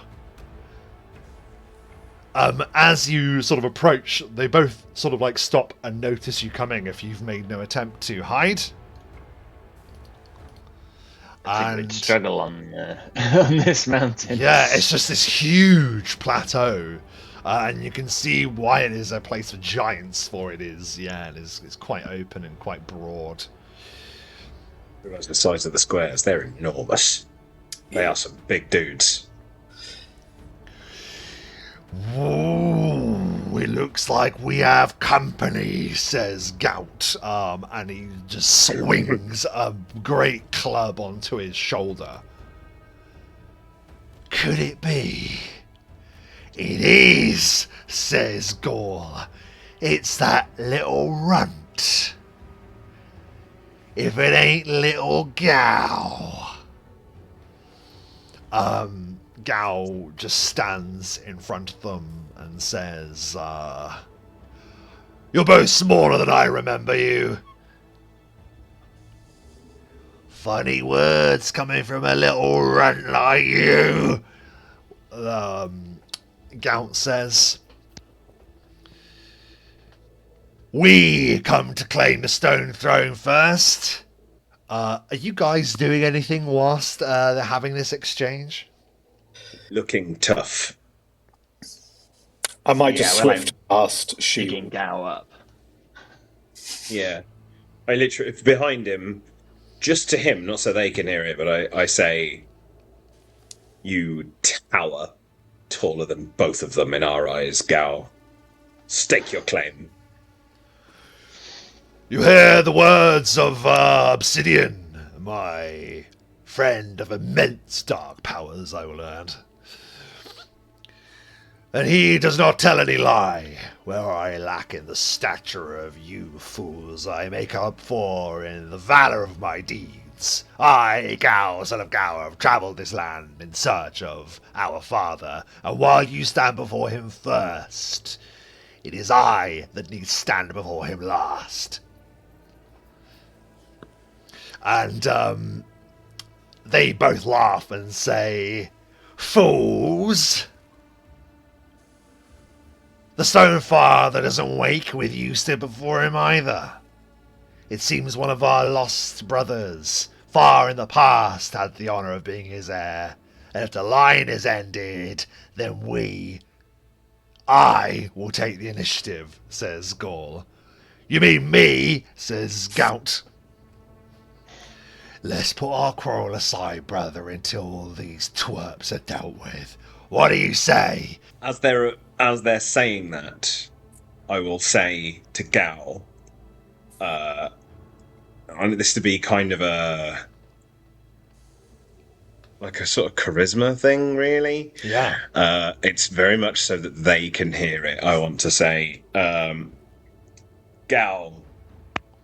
these two are clearly your opposition. I say that we attempt to take out the leader first. Which of these two is the leader? Which of these two is in charge?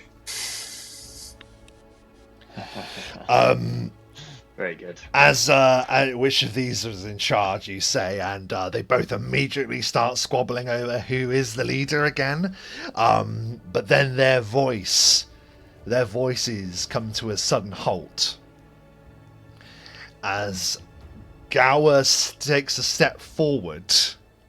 The great shape on the throne shifts,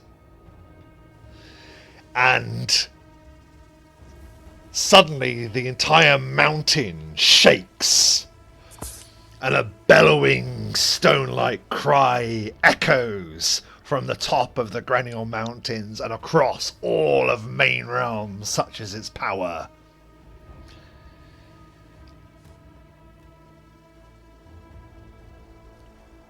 Obsidian, you asked who was in charge here. And it is apparent to you now that it is the awakened Mungus. Gower. He's colossal. Big boy. Yes. Standing up from the throne, and Gout and Gaul look terrified and surprised. My heir, the voice says, has come.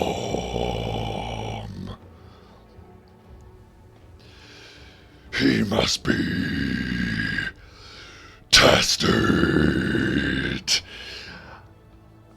And rising up, his shadow long across his battlefield, he begins to advance. Strangers, Gal, son of Gower, and Kidos of the Far Realms, roll initiative.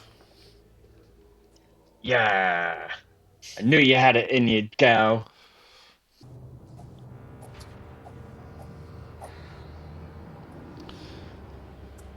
The massive looming shape of the king of the stone giants lurches up in front of you, strangers. But this figure is immensely strong, immensely powerful, but also immensely slow, at least starting up. This figure is almost continuing to stretch out from his long slumber. Kidos goes first. My man. Of course he does. My man. Monking it up. And he immediately starts forward with a double movement. Oh no, he can move further than that. I do him a disservice with his speed. Much further than that. Oh yeah, he's a monk. He's like the Flash. Zoom! So he just zooms forward, and it looks like he's going to engage one of the stone giants. He's going for Gout. It looks like he wants to neutralize the threats that will interrupt the larger fight of honor. So Kidos will use his turn to shoot towards them in that direction. Obsidian, it is your turn. Yes. Obsidian will move forward to about there.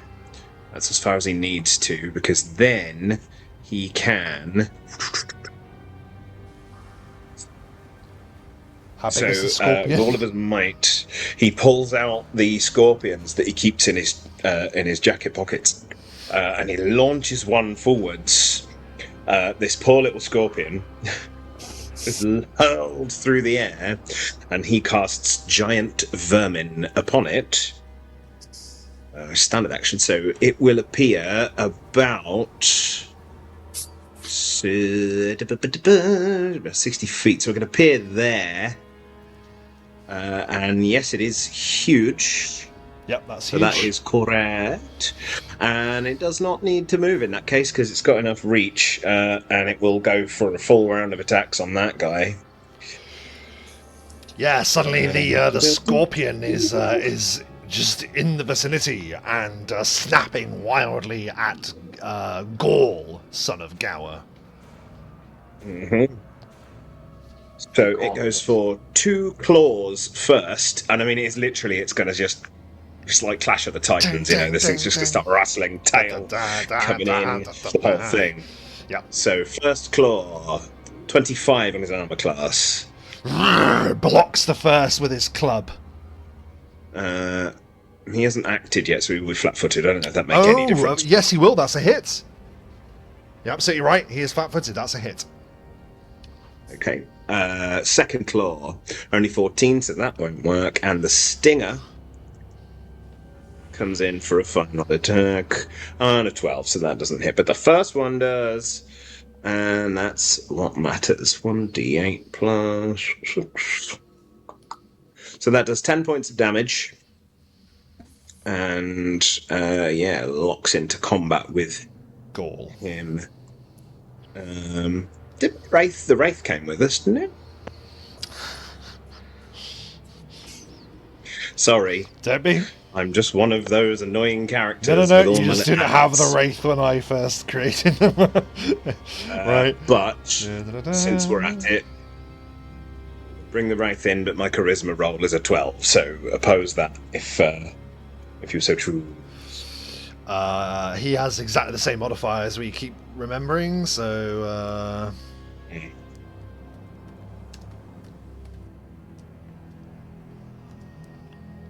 I have seen too much death, the Wraith says. Which is sort of like his practice line. It's weird that he keeps saying it. It's something you've noticed. Oh, something going on there. Yeah. Oh, goody. He will watch this time. Mm-hmm.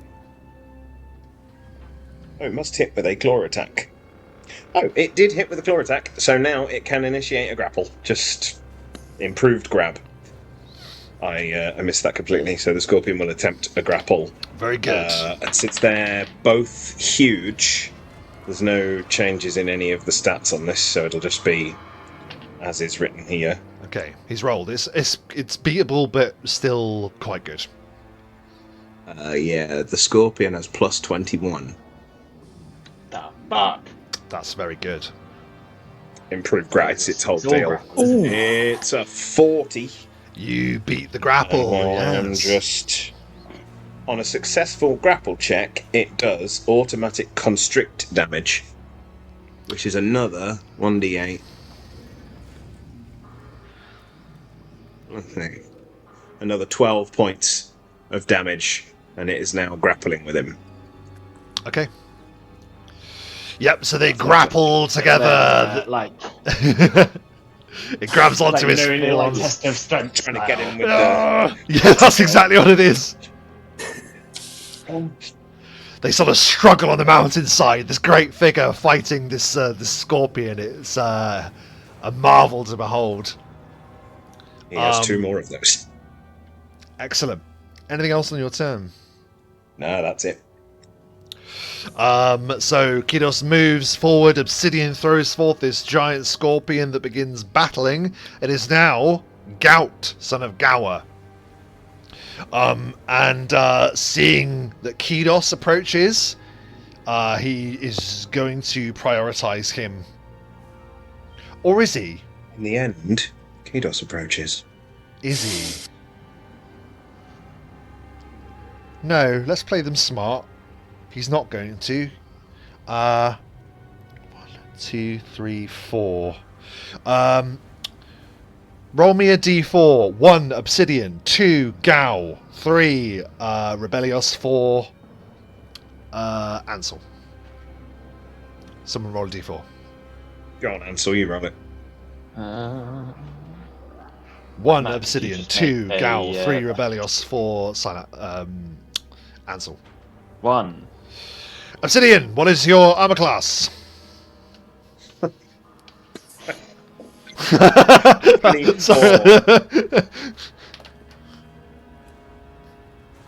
24. Obsidian. Okay. It is often obsidian. That's okay. Okay, that is a He hit. doesn't mind. He will be tested and tested. Tested some more. The giant just slams his massive shovel-like hand into the ground and just wrenches up a boulder that's the size of a wagon and just goes and just throws it with an insane amount of range. You're well within range of their rock throwing abilities. This massive boulder hurtles through the sky, Obsidian, and smashes into you, I'm afraid. Bam! For 26 points of bludgeoning damage, the great rock hurtles out of the air and just slams against you, Obsidian. The artillery has started. Takes every bit of it. Ow. Bam! It's always bludgeoning as well. It is, to be fair, but I'm afraid it isn't a very sharp rock. It's very, very rounded. Shockingly, just smashes into you. It is now Gaul's turn, and he is already threatened and being attacked by this scorpion. But let's just see. Can you could just melee attack if you're in a grapple? If you just drop your weapon, yes, you can just do that, right? Melee's counted as a light weapon, so yes, I assume you. So he can just smash. Okay, he's just going to try and attack. I don't know if you're on a minus if you're doing it from within a grapple. I'm saying because the scorpion's going to try and prevent him from being in an advantage position. I would say no. So let's just do the standard armor class of the scorpion, and he's just going to try and slam it from his grappled position. Okay, the standard armor class of the scorpion is 20. That is a 19 on the die, so that is a hit. Gaul just wrenches one of his arms free for just a second in the grapple and delivers a brutal swing down onto the scorpion, dealing.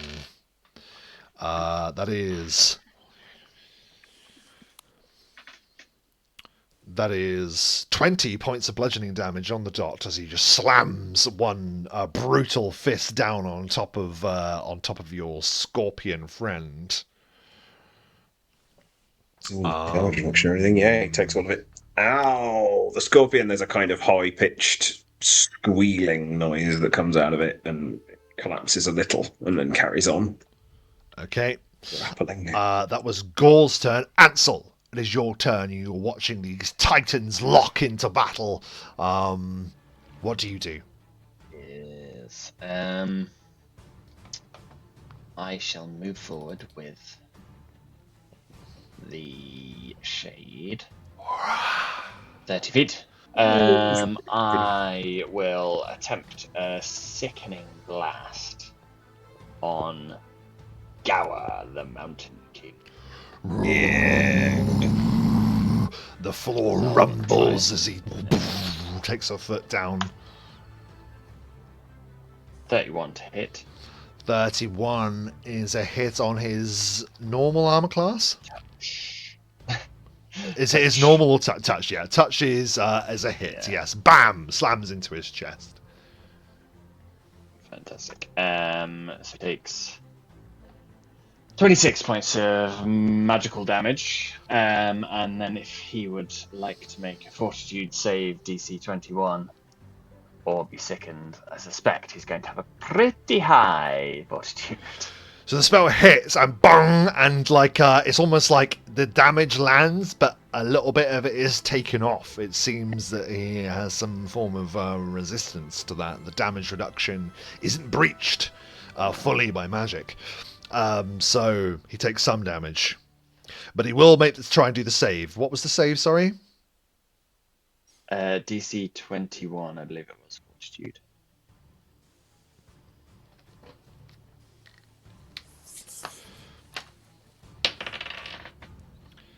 A pass for him. I thought he might. Just an immense creature, an immense amount of fortitude. He looks like he's made of rock, like this towering figure looms over you. Anything else on your turn? That will do for now. I want to wait till the shade is in close to him before I try and curse it, because I think it's probably going to have a decent will save as well. Our vision moves to Gower, son of Gower, and he says, Gower! Father! I come with love and death! And he charges forward, screaming, Death! As he goes, as he goes into double movement, charges forward. Ah! That's him. It is now Rebellios's turn. Our vision moves to you, plain touched. What do you do? Rebellios will channel his great angelic wings for a round as he burns away a level 1 slot. So for 1 round, he gets a 60-foot fly, which puts him next to Gao, which is quite fun. Wada.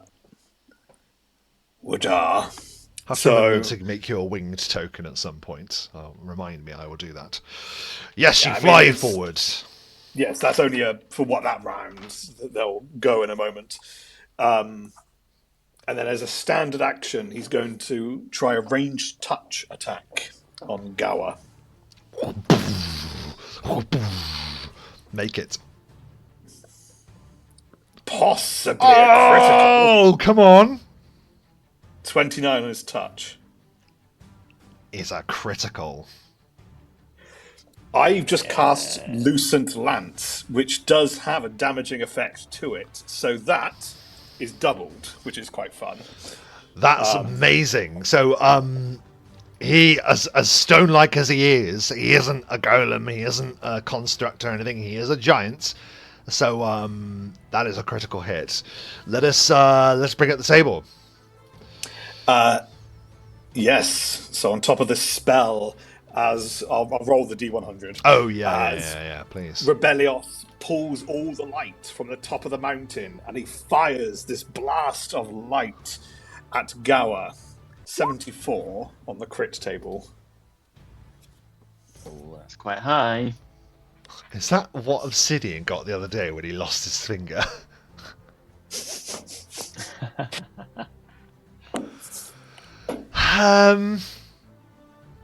Okay. Cool. And you've done the... So, okay. 74 I'll do is... the damage in the... Yes. You stand a critical still. You got knee gashed. -10 for 1d4 hours to their movement. Oh. Well, there's a few things that's happened with this spell. So 1d4 hours. Yeah. I mean, 2 hours. 2 hours. If the battle continues. We'll see. Okay, we'll so see. he takes movement penalty. He is also blind for 1 round, no save, and then he's dazzled for 15 rounds after that.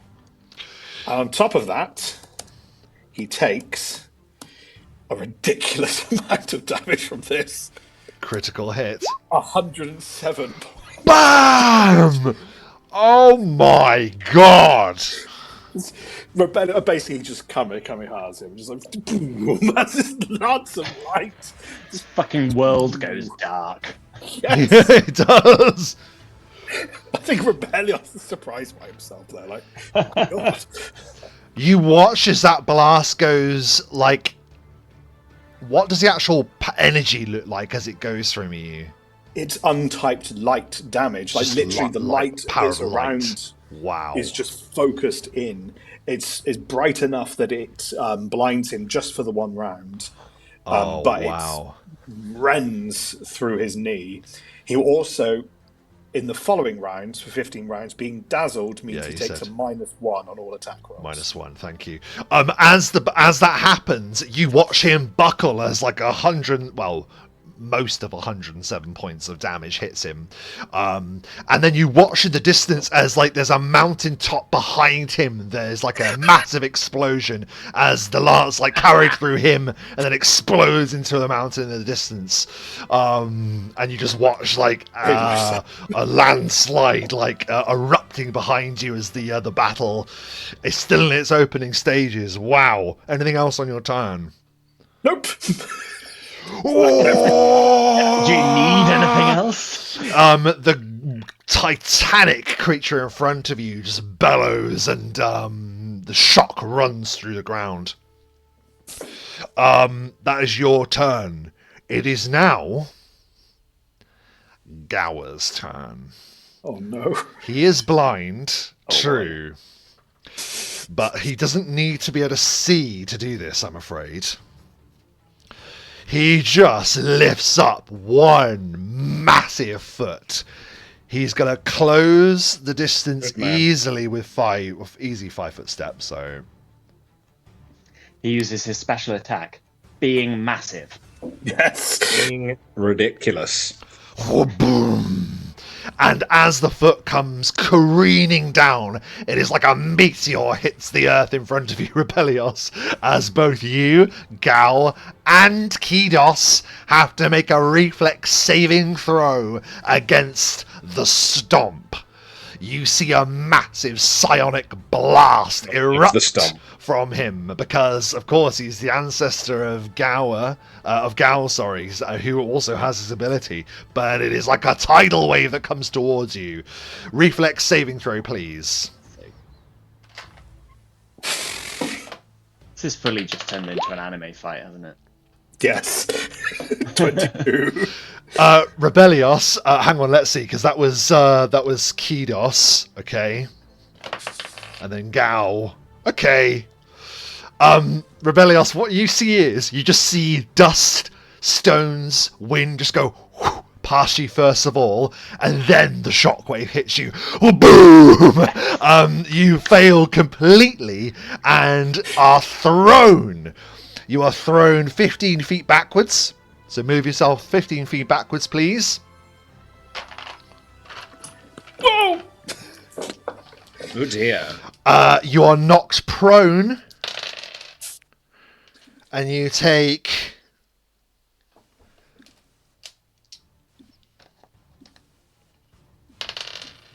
31 points of damage as you are just hurled backwards.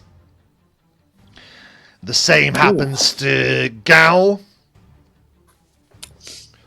who is thrown backwards. Kyrios just runs, does like a corkscrew jump, and because he has evasion, avoids the effect completely. In fact, he like runs up one of the rocks that hurtles and like keeps going towards Gout. The blinded king of the stone giants maws at his face wildly. You see birds taking flight off him, awoken from their slumber. He moved, standard action, stomped. That's his turn. We are back to the top of the round, and Kidos hurtles towards Gout, and brings up a charged, stunning fist that comes wreathing out of nowhere. He just takes a running jump at this thing and tries to basically, just tries to spark him out. And that is a hit. Kidos just slams Gout as hard as he can.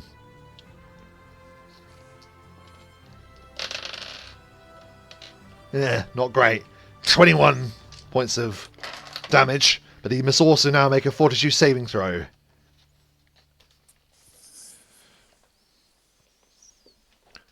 Okay, DC 24 is what he's got to make. Otherwise he'll be stunned.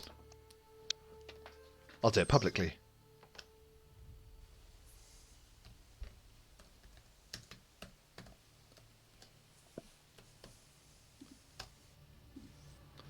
passes. So Kyros lunges, smashed him in the jaw, but it just bounced off the side of Gout, who takes the damage and gets ready to fight the Githyanki one-on-one. Yeah, just spits out a tooth as he continues. That was Kyros' turn. Obsidian is your turn. You watch as your Githyanki ally engages that stone giant. Your Scorpion's engaging the other. What are you up to? Well, let's get Obsidian out of the way first. It's super duper easy. He starts summoning. Let's do. Is it a free action to talk so I can still try and encourage my Wraith to go, even though I have to spend the full round summoning?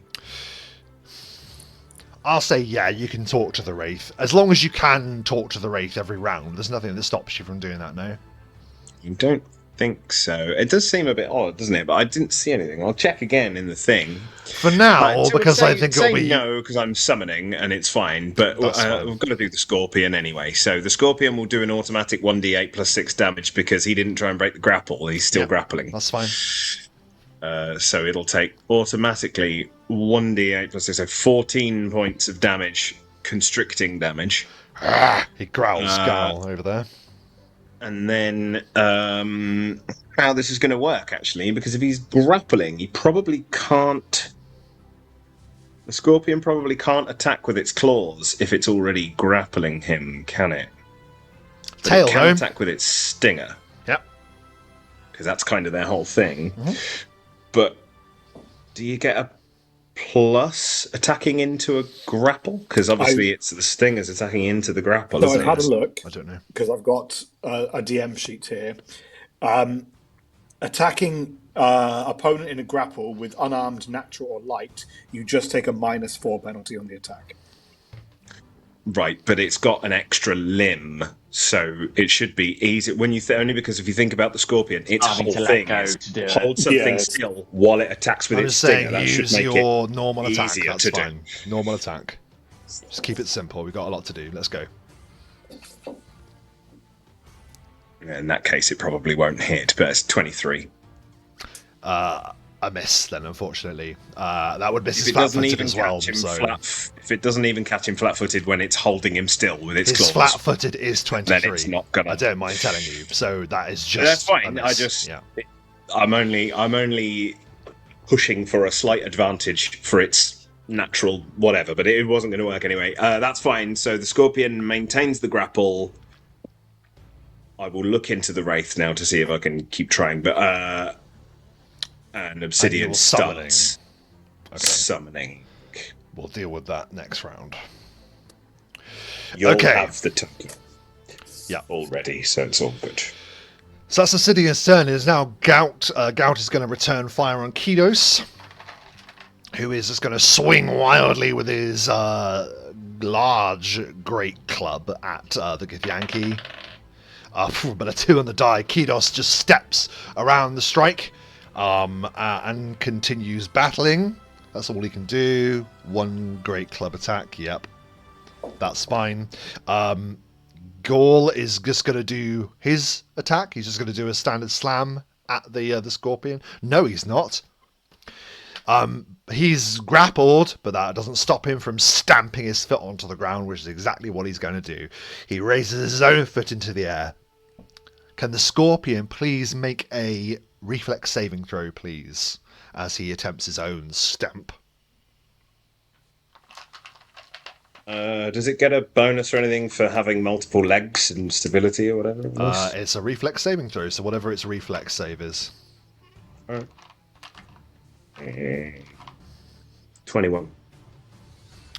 It passes. It passes. It resists the shockwave of energy. It still takes half of the damage, however. So 8. It was holding on to him, so it stabilized 8, itself. didn't it? 9 points of psionic damage as the wave ripples across the Scorpion. That's Gaul's turn. Ansel, it is your turn. Ansel will send forth the shade. They're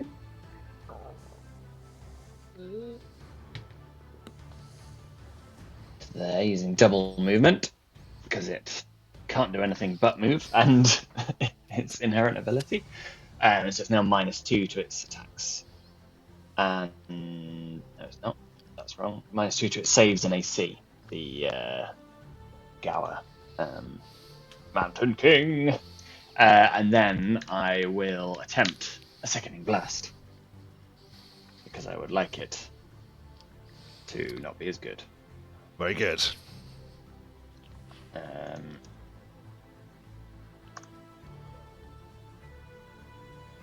30 on its touch. 30 is a hit on its touch. This is... Wait, this is after the main... that should be 29. This is... But you're targeting Gower, right? Yes, I'm targeting Okay, I just wanted to make sure. Yep, that's absolutely fine. You hit his touch armor class with a 29. Fantastic. And 24 points of damage. But also a DC 21 Fortitude save, and it's -2 to its saves now.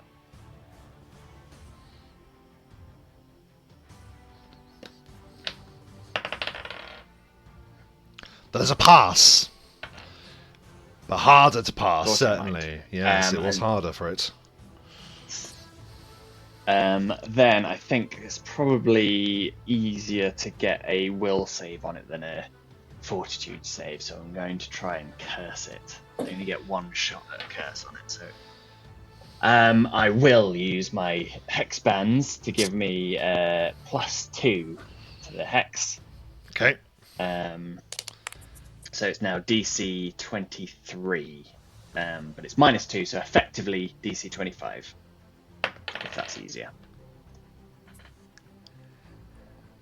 And it is if the shadow of the curse broker himself is here, but no, it is the power of Ansel. What is it like as you curse the king of the stone giants?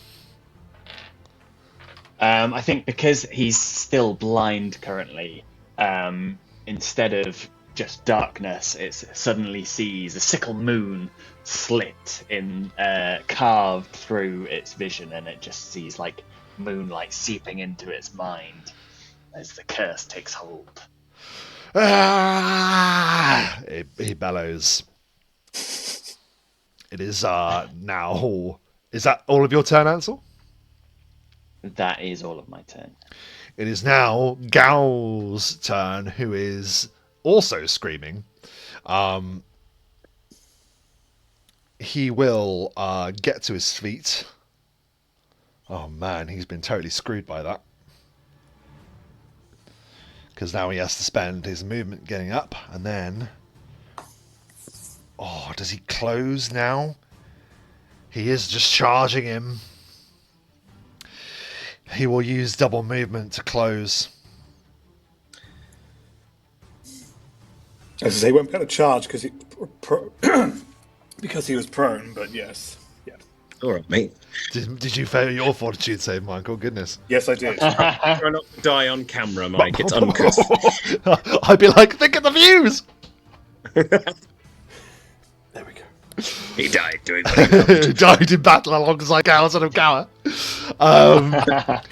So he can't attack because he has to use half of his movement to stand and then the rest to get to the base of the stone giant. So he will move forward, but you see that there's a rage pouring off him.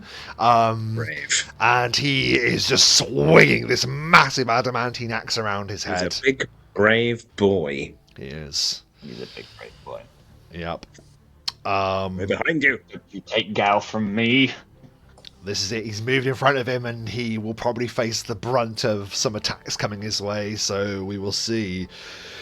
But it is not Gower's turn just yet. Rebellios, it is now your turn. You see your newfound ally, this maddened half-giant, this barbarian of the wastes.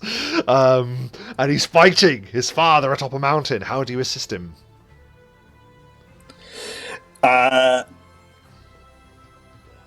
Okay, as a standard action, so just lying on the floor, he's going to cast a spell on him called Indomitability.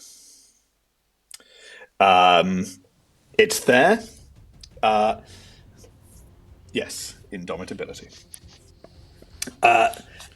There's almost like a reverberance of energy around him. It's just shimmering, but that'll come into effect later. Then, as a swift action, he will cast.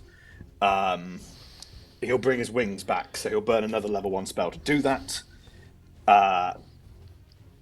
And that just basically means he loses half his movement standing up and flying up, but he still gets 30 foot of movement. So he can then fly, so propel himself with his wings and boost to join Gao next to him. But that's all he can do. Amazing. My boy. Hurtle My towards boy. him. And that will now mean that the attacks between you and Gao, son of Gower, will be shared. Rebellios, roll me a d4. 1 and a 2, he's going to go for you first. 3 and a 4, Gao. Me. So you're getting the highest attack penalty, attack bonus first, then, in that case. That first attack, for you. wings of cover emerge around Rebellios, so that first attack will just completely miss. That's amazing. So he snaps out of the blindness, sees you soaring towards him, and he just goes and just swings wildly, and your light just smashes his colossal great fist, because it's a great club basically, but a fist. Just gets battered away. His second attack comes soaring in at you, Rebellios. That, however, is with the minus as well. Minus, so 36. and he is cursed.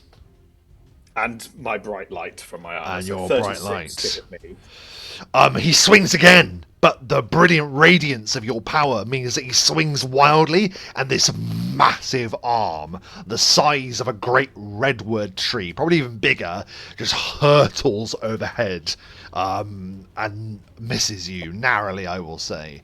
And then his last attack, with the lowest attack bonus, he just levels a brutal kick, swinging his massive stone foot down at his child. As a hit, he just punts Gao as hard as he can with his massive leg. Oh god! Oh god! This is Sparta'd him. My boy. My boy. This is not gonna be nice. It's all right, actually. It could be worse. It could be worse. Oh, It definitely could be worse. He's in a range. Yeah. So I was gonna say he must it could have a definitely lot. be worse with that damage roll. To be fair, so it's 29 points of bludgeoning damage. That's relatively low, so I'm afraid he just smashes Gao, who just takes it with his rage. Ah! He's screaming, and like blood is like welling in his eyes as he screams up at the giant. But that is Gower's turn. We're back to the top of the round. Kidos is just going to go in for a flurry of blows. And brings forward 3. Let's see what he's got. I'm going back to the first page of my notes to get his stats. It's mental. Okay. So 4 attacks. Sometimes. 2 hits. 3 hits. 4 hits. Come on, Kidos. Dun-dun-dun-dun-dun. Still as fresh as the day he appeared. Kidos is on this guy. Okay, I'm just going to use the dice roller. Forgive me. Mass.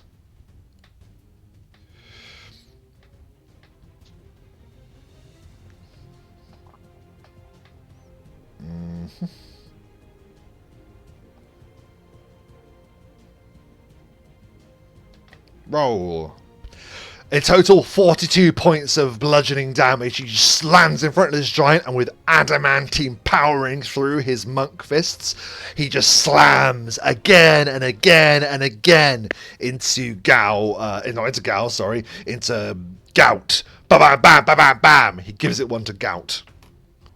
That was Kidos' turn. Obsidian!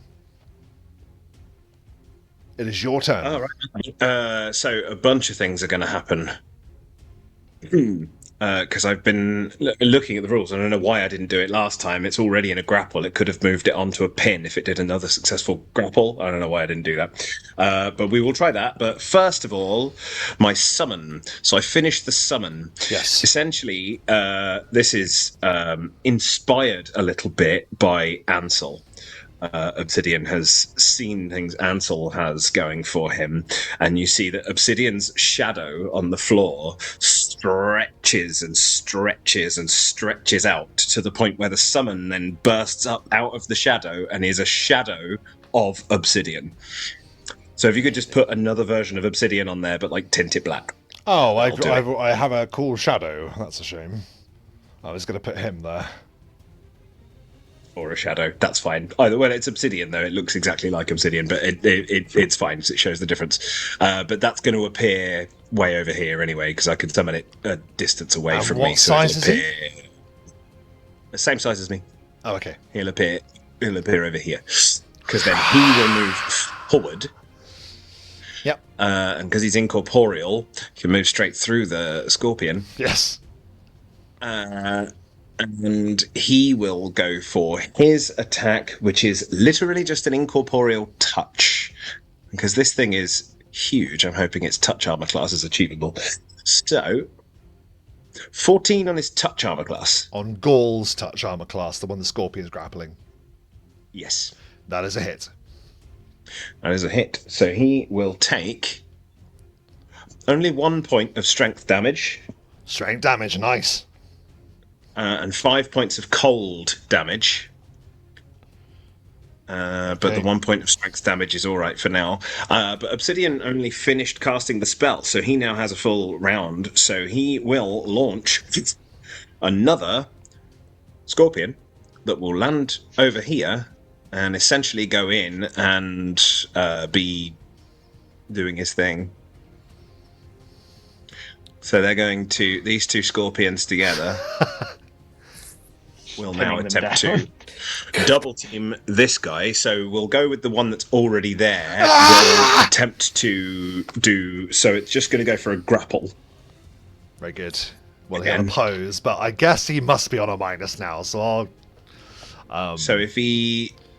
No, it's just normal grapple, but if it loses this grapple, it is pinned, and then it'll be on minuses for sure. Yeah, and he's already got a minus to his strength, so let's go for it. I only rolled a 3, so 24, but he has got a minus to his strength, so... He fails. You beat him, yeah. The other scorpion comes out of nowhere and grabs hold of him. Right. So he is pinned, which means he's on -4 to dexterity. So it'd just be -4 off his armor class. -4... -4, so it'd be -2 to his armor class. That's not how fucking scores work. -4 on attacks. See, the target is pinned. Yeah, so he's... You gain a +4 on grapple checks to maintain the pin. So he's -4, so he's easier to hit. That's the grapple, so he'll go for his tail. 18 on his armor class being minus. Probably still not, actually, if it's only -2. Yeah, that's not a hit, 24 unfortunately. get It bounces that. off his hide, That's yeah, sadly. Fine. You'd have think pinned would do more, right? He can't move, restricted to actions that don't require movement or two hands. Why is it any different to grapple, then? I don't know. I can't find it in the book. I'm looking it up on Google, and it's very annoying. Doesn't matter. We'll go for the other one anyway. So the other one's going to try and hit with 2 claws and then tail. So 2 claws. First claw. 18. 26. It's a hit. Nice. That means he can initiate a grapple as well, so he can join in. And then the... minus to this. tail is only a 13. So that's but a miss. Okay. That's a miss. So the this one one hit is lands. also going to initiate a grapple, but he is on a Oh, you gain a +4 bonus on grapple checks to maintain the pin. Yep. People don't get +4. So you've got +4. He's on a to -4. It's fine. So yeah, I think he's on a -4 for his grapple. Okay. 24 again. I rolled another 3. This is opposed, isn't it? Yes. The scorpion also is successful. It is successful. Nice. So the second scorpion shows up and gets the other arm, and this thing's just being pinned down to the ground, and now there's two tails just trying to get it while this guy is just pinned down. And that is Obsidian's turn. It is now Gout's turn. He is going to swing his great club at Kidos. But kudos to Kidos. He ducks beneath the attack once more with a terrible roll from Gout. Gaul is pinned to the ground. Let's see. It's not going to stop him from stomping, though, is it? He could try and break the pin. No, I think it's just going to stomp his feet. Reflex saves from the two scorpions, please. So he's still standing if he's pinned? I don't really understand how pinned is even a thing then, if it's exactly the same as being grappled. I'm very confused by it. Well, even if he's on the ground, that's not going to stop him from stomping his feet on the ground. So, sure. Is it a spell? Like a bit like a... It's just innate ability, isn't it? Yeah, it is, isn't it? Oh, fair enough. It's fine. So reflex saves from them, please. Being DC. pinned is being held immobile on the floor, it says. Held immobile, but not helpless. Yeah, it just seems really underpowered, given what it is, but that's fine. Reflex. So reflex from... the scorpions, please, yeah. Both of the scorpions. One is a 5. That's a fail. 2 is a 7. And a fail. They are 5 pushed from back. this one. And 10 feet. Oh. And they both take 1, 2, 3, 4. So that just automatically breaks the grapple, does it? Well, there's stomp. It's pushing them back, so it says. I don't know. Yeah. Okay. 12, 13, 14, 15, 16 points of force damage to them as they are thrown.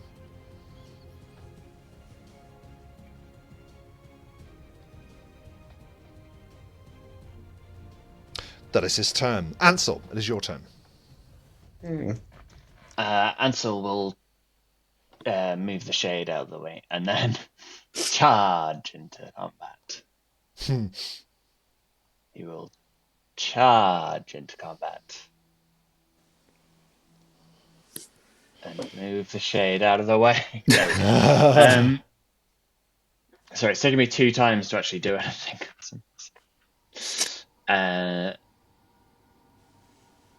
So we shall do a charge attack, which adds 2 to hit. Yep, that's correct. So you charge forward. So at the same time, slashing with a claw. And this is on his touch armor class for him, yes? Yep. Yep, that is a hit against Gower, King of the Stone Giants. Excellent. And because he's hexed, they get my charisma to add damage. So I get an extra 7, which is very nice. It is. That's 40 points of damage. Oh, come on, we're getting there. Yeah. And because I charged, it also activates my Dreadful Wrath ability. So you must make a will save. Minus because of the presence of the shade, and minus because he is cursed. Yes? Exactly. So it's will save 24, or you could add the reductions to that if that's easier. So you have to take it off.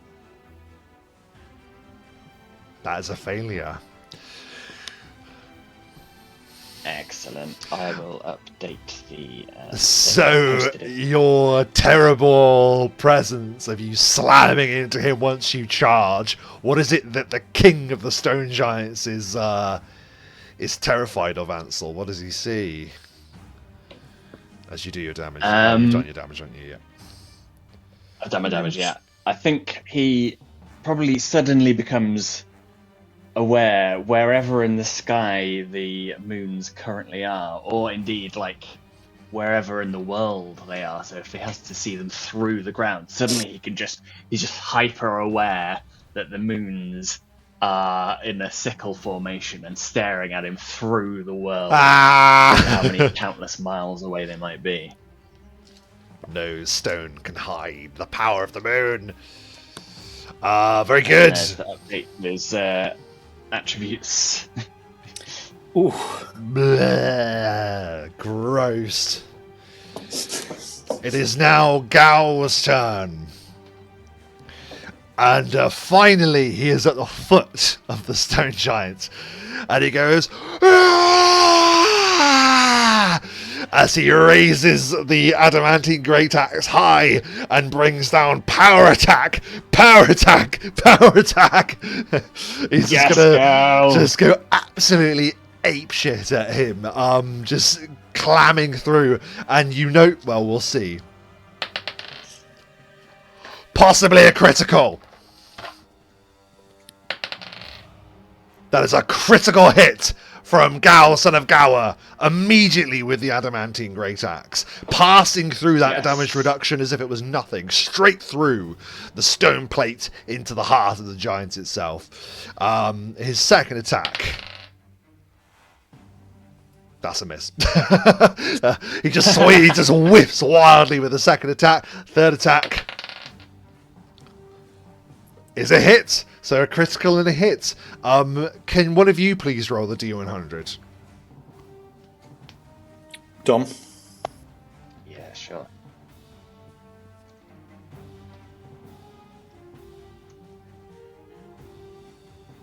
Ooh. 79. It's just other knee. Could you please re-roll? Of course.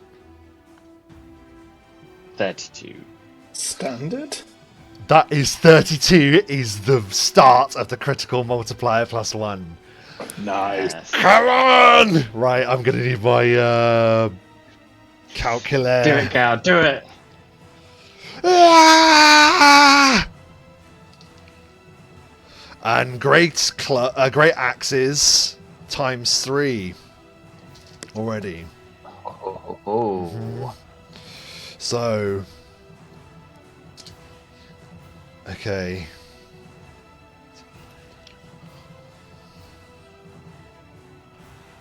Okay, and then with this rage on top of it.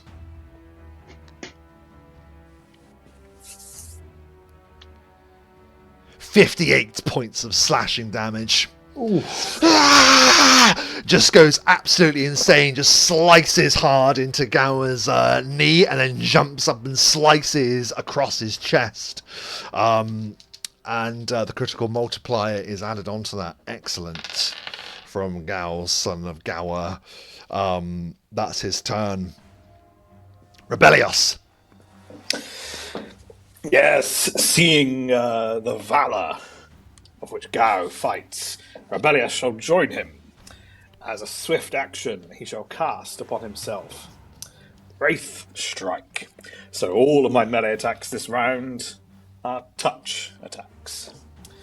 And then these will be power attacks, so I'll be taking 5 off of these attacks.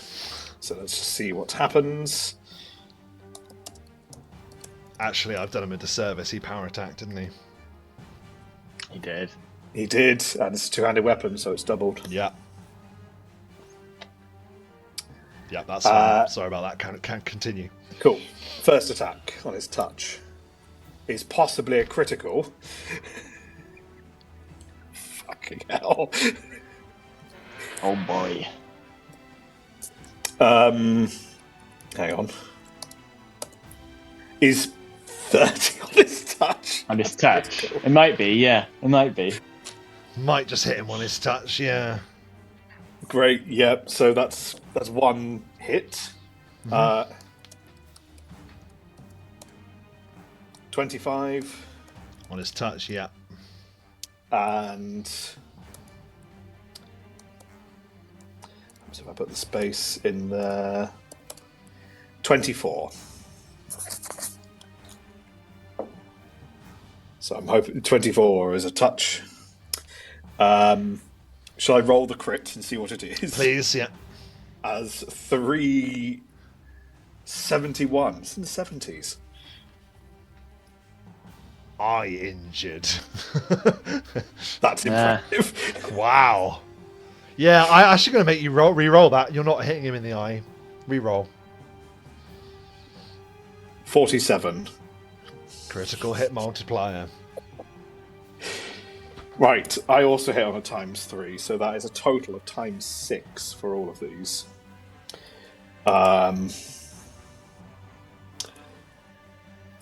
Oh, God. Right, bear with me.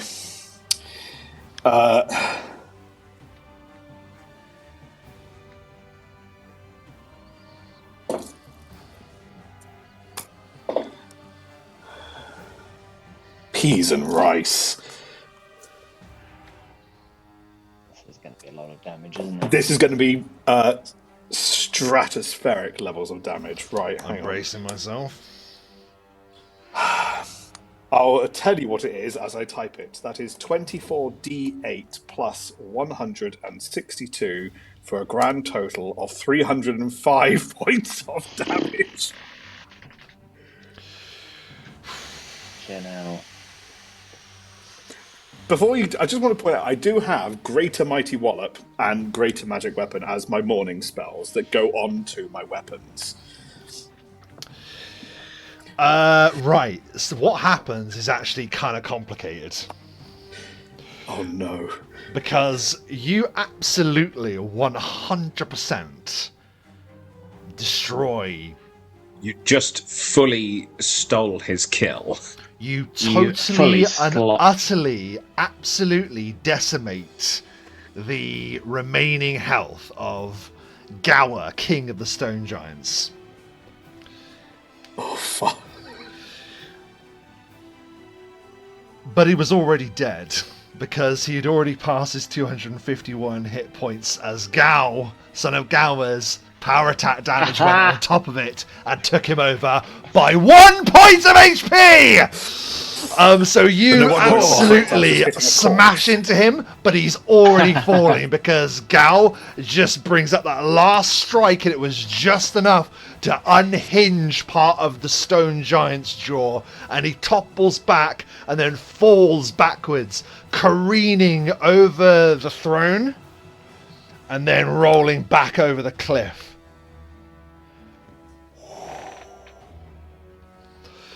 And an almighty detonation as the stone giant slams into the ground. There is, however, no denying the insane 305 points of damage that just rips apart everything in front of him. So there is nothing left of him, really, as he continues over the edge. Rebellios, you disintegrate him with 305 points of damage. I didn't want to like take that off you because I'd already moved on, but I worked it out and I was like, he actually just killed him. Fine. But regardless, it is insane. Obsidian and Ansel, you just watch as this fucking god-touched is sort of hanging there in midair still from the velocity of those strikes. And from that, you can all see that Gout and Gaul go ah and scream. Gout throws his club down and like falls down, prostrate. But Gaul can't because he's still grappled by the scorpions. So the scorpions are just mauling him. But oh no, he's not. So he will No, do he the pushed him same. back. He will do the same. They are both like groveling with the immense amount of power as the battle is done. Ansel, should we just go home? Or is- Jesus Yeah, Christ. In all that is fairness, butt ton. I actually rolled 4d8 too many. The damage, the plus Oh 162. no. So it was I actually guess 48 too many. Okay. 19 damage less. Yeah, that does make a big difference. Taking it below 300. So. yes. Wait, so you wouldn't have added the 162 onto it? Is that what you're saying? No, it was 162. I It's added. like 19 points less, that's all. Yeah. Than the 305. So it was just under 300 rather than just over 300. But I mean, let's not split hairs. Let's not was split. insane. Earth-shattering damage roll. Just literally cut a hole into another dimension. Yeah, absolutely. The Grenial Mountains shake from it. And the other mountain. I think because of how it happened, it probably is inconclusive as to like who got the strike. Gower did technically, but like he hit him with an adamantine great axe. You hit him with a heaven strike. like literally, the gods opened the doors and eternal power rushed through you, through the still reeling giants, and they bellow. We surrender! We surrender!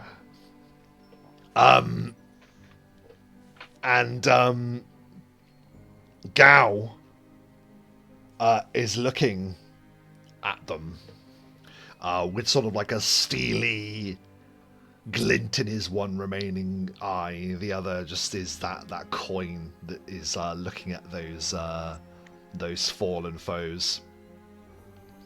And then he will look at you, Romanios, and go, there is great strength in you. There is great strength indeed. You are worthy, Rebellios. It was a mighty fine killing blow from you, Gao. He will look from you to Obsidian Ansel, his trusted brethren, and he will say, I thank you for joining me in this battle. It was well fought. Incredibly. Hail, Gao, Mountain King! And then Gao will sort of look at the Gaul and Gout, and they will go, hail! Sort of like dismissively, and Gao starts walking towards the throne. Even climb up. Well, yeah, His little legs absolutely. sticking off the edge. That's funny. As he walks towards the throne, you can see that something strange is starting to happen. By the time he already reaches the throne, Gower seems to be a little taller in his stride. And he stands before the throne, looking up at it, lofty. And he will say, I have much to dwell on now that I have taken this throne. I will call out to the surrounding stone giants, all stone giants that can hear me, and I will bring them to your service, strangers. No, I don't think he's got anything to say, really. Okay. Still in shock. Rebellios will announce, Hail, Gao, King of the Mountain, as witnessed by the eyes of the Paragon, by the Council themselves. Hail, King Gao. And he will look around, and then he will look at Kidos, and he will nod to his well-travelled friend, and he will say, King Gao. I like the sound of that. King Gao of the mountain! And with that, he hops onto the throne. Ansel will say, I knew you had it in you, lad. Just like Cup at the end of Transformers. As he transforms, as he takes his Rodimus Prime. And as our vision moves out and You Got the Touch starts playing,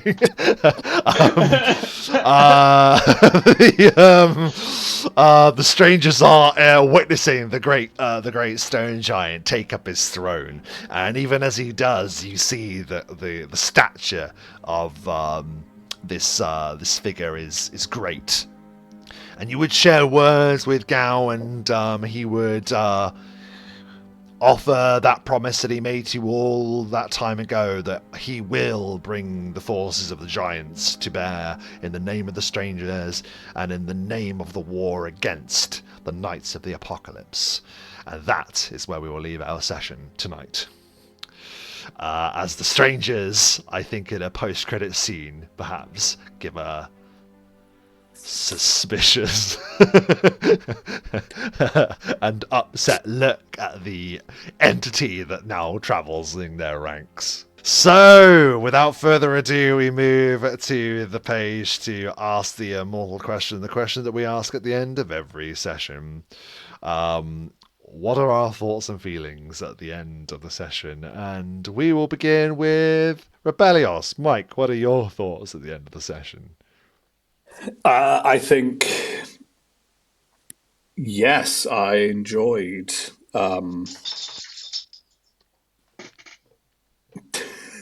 enjoyed the chaos that came about from that. I think, as painful as it was, I think 3 times in a row to completely fluff teleporting was absolutely beautiful. Four. Painful. Yes. So painful. So painful. I think it's moments like that where it paints a picture about Ansel and whatever was going on. I think that was it's brilliant. I very much enjoyed the fight with the Entombed. Yes, I think in different circumstances, Rebellios would like a bit more time to talk with Kidos about a few things. And I'm not going to avoid the elephant in the room there, but that critical was ridiculous. Face melting. Yeah, that is wild. Granted, 277 if we adjust to what the roll should have been, but still, that's... There's still plenty. It's more than enough to kill most things in the book. I'd like to point out, however, these are all just basic spells. It's ridiculous how, the class and how that prestige class works, and just it augments a melee fighter with casting potential. It's it's. Right spells in the right order, and you can move mountains. Yeah, I mean, I did enjoy the fluke that was the lance at the start of the fight. That turned the fight immediately. I was like, oh, you've already dealt 107 points of damage, which a little bit of it was taken off, but still, I was like, oh, well, we're already in the middle of this fight now, and we've just started. So I was like, this isn't going to go as long as I thought it was. I'm glad that, as much as, getting the crits are always good fun, I'm glad it wasn't the killing blow. I think that would have been... And you know what? I promise you, I wouldn't have engineered it, but I was amazed. I was like, hang on a second. By 1 point when I did the power attack correctly, I was like, oh, hang on. By 1 point, he got him. I was hoping to weaken him. I was thinking I can weaken him. I just softened him up a bit. And for a moment, I just looked at. I was thinking he's going to turn and attack me now, isn't he? In his anger, but no, I'm glad. And it wouldn't have felt right, Mike. It wouldn't have felt right. You've never pulled a punch in your entire D&D life. You are the Slop King. The Stone King and the Slop King united atop the mount. Yes. Got a mountain of rock and slop. Yes. Yes. But yes, thoroughly enjoyed it. I'm looking forward to seeing where they go from there. Excellent. And yeah, don't take anything from me, Michael, negative. I'm really amazed by that, and yeah, there's no suggesting that you've done anything outside of what the class can already do. It's just an eye opener, isn't it? Yeah. Dom, thoughts and feelings? Yeah, I mean, the calamity of failing the teleport spell 4 times Scared to do it again. was very funny and absurd. I absolutely love Gal. I think he's one of my favourite characters that we've come across. So I was gleeful throughout as soon as we caught back up with him. The whole fight felt really, as I said at the time, it felt really like anime for some reason. I don't know if that's just because Gal's so like over the top, and like the idea of him like fighting his father, who's like 20 times the size of him, and then Kidos like running and doing flips and stuff, and the blast and stuff. Yeah, like I could just imagine him running like with one hand back, doing a flip, and then landing that blow. Like, it just felt really. It felt like a really cool and different fight scene. And I don't know quite specifically what it was that created that feeling, but I really enjoyed it. Yeah. I'm glad to hear it, man. I think what added to the anime was that there's such a long distance between you and them. There was like a huge gulf of charging, wasn't it? So it was just like a huge battlefield. So maybe that added to it too. But I'm glad it came across. And then that there's way. like Rebellious and Obsidian like charging up, like powering up in the background as well. Yeah. Yeah, I think everyone had a good demonstration, to be fair. Everyone did well. Yeah, and finally, Matt, thoughts and feelings? Yeah, I felt the Benny Hill theme tune would have been fitting over that teleport bit at the beginning. It was, I absolutely love that kind of shit, though. That when that sort of thing goes wrong every time, there's a little bit of me that wants it to go wrong because it's just so funny, and it's like, what? It was brilliant. And as I said, there's no judgment on any of that stuff because magic just goes wrong all the time. Of course it does. Magic's fucking hard, like when you think about it lore wise, of course. So what we got there. The fight against the Entombed was wicked. Everybody kind of he didn't get a chance, really, did he? He ripped his lot the first bit. On the go there. We all did chunks of damage. We all, we were on it. Obviously, the final hit there. Do you know what? It's one of those things, isn't it? Where like, don't ever feel like you have to. But because I did this, or don't excuse massive damage like that, dude. It's not like there's only certain situations where it gets tiresome if someone's power built because they're literally going 200 damage, piece of piss every time without fail. Yeah. That's not what happened, and that's not what that is. That was the circumstances. Really good hit, and it was awesome. And I don't think it's never about downplaying other people. I was a little bit frustrated in that fight because of my own actions. I think if I was to do it again, I would have acted differently. I didn't do the best things for my character. I felt like it was useful in that I kept one of them occupied, so he couldn't flank or do any of that. But I wasn't really doing. When I think about it, they're easy to touch because they're massive, and he's all about touch attacks. Should have just gone for that. But in my mind, I was going, well, they're massive, so I'll just throw in the biggest things I can throw in. And then I got a bit confused by the stats, which is annoying because I always thought pinning would provide more of a bonus because of what it was, because it's been very effective against me in the past. I think when somebody pinned one of my characters, and it was really hardcore. I don't think I've been on off looking at pinning, and I think when it's humanoid versus humanoid, so just human v human, for example, there's more things because, for example, you can prevent them from speaking, so you can force them to not cast spells by covering their mouth. You can disarm them. Yeah. I think there's a lot more action-wise in combat pinning. Yeah, but I only thought because of the stabby tail, it would be more handy, but it wasn't. It frustrated me because I couldn't quite figure out that rule. But yeah, and they had something that I was like, well. I know if I was playing this giant character, there's nothing to Yeah, say yeah. that I can't do that stomp right now. And I was like, Quite well, right. it'll push them off I them, so let's do frustrated it. Yeah, myself yeah, I could with tell, my man. own poor choices. I wouldn't say I it's poor, should have man. It's done just the other way. It's just the way it things. worked out. No, Like, not it's just the way yeah, it not worked out. poor choices, but just Yeah, there were things I should have done. My bad. that's good, man.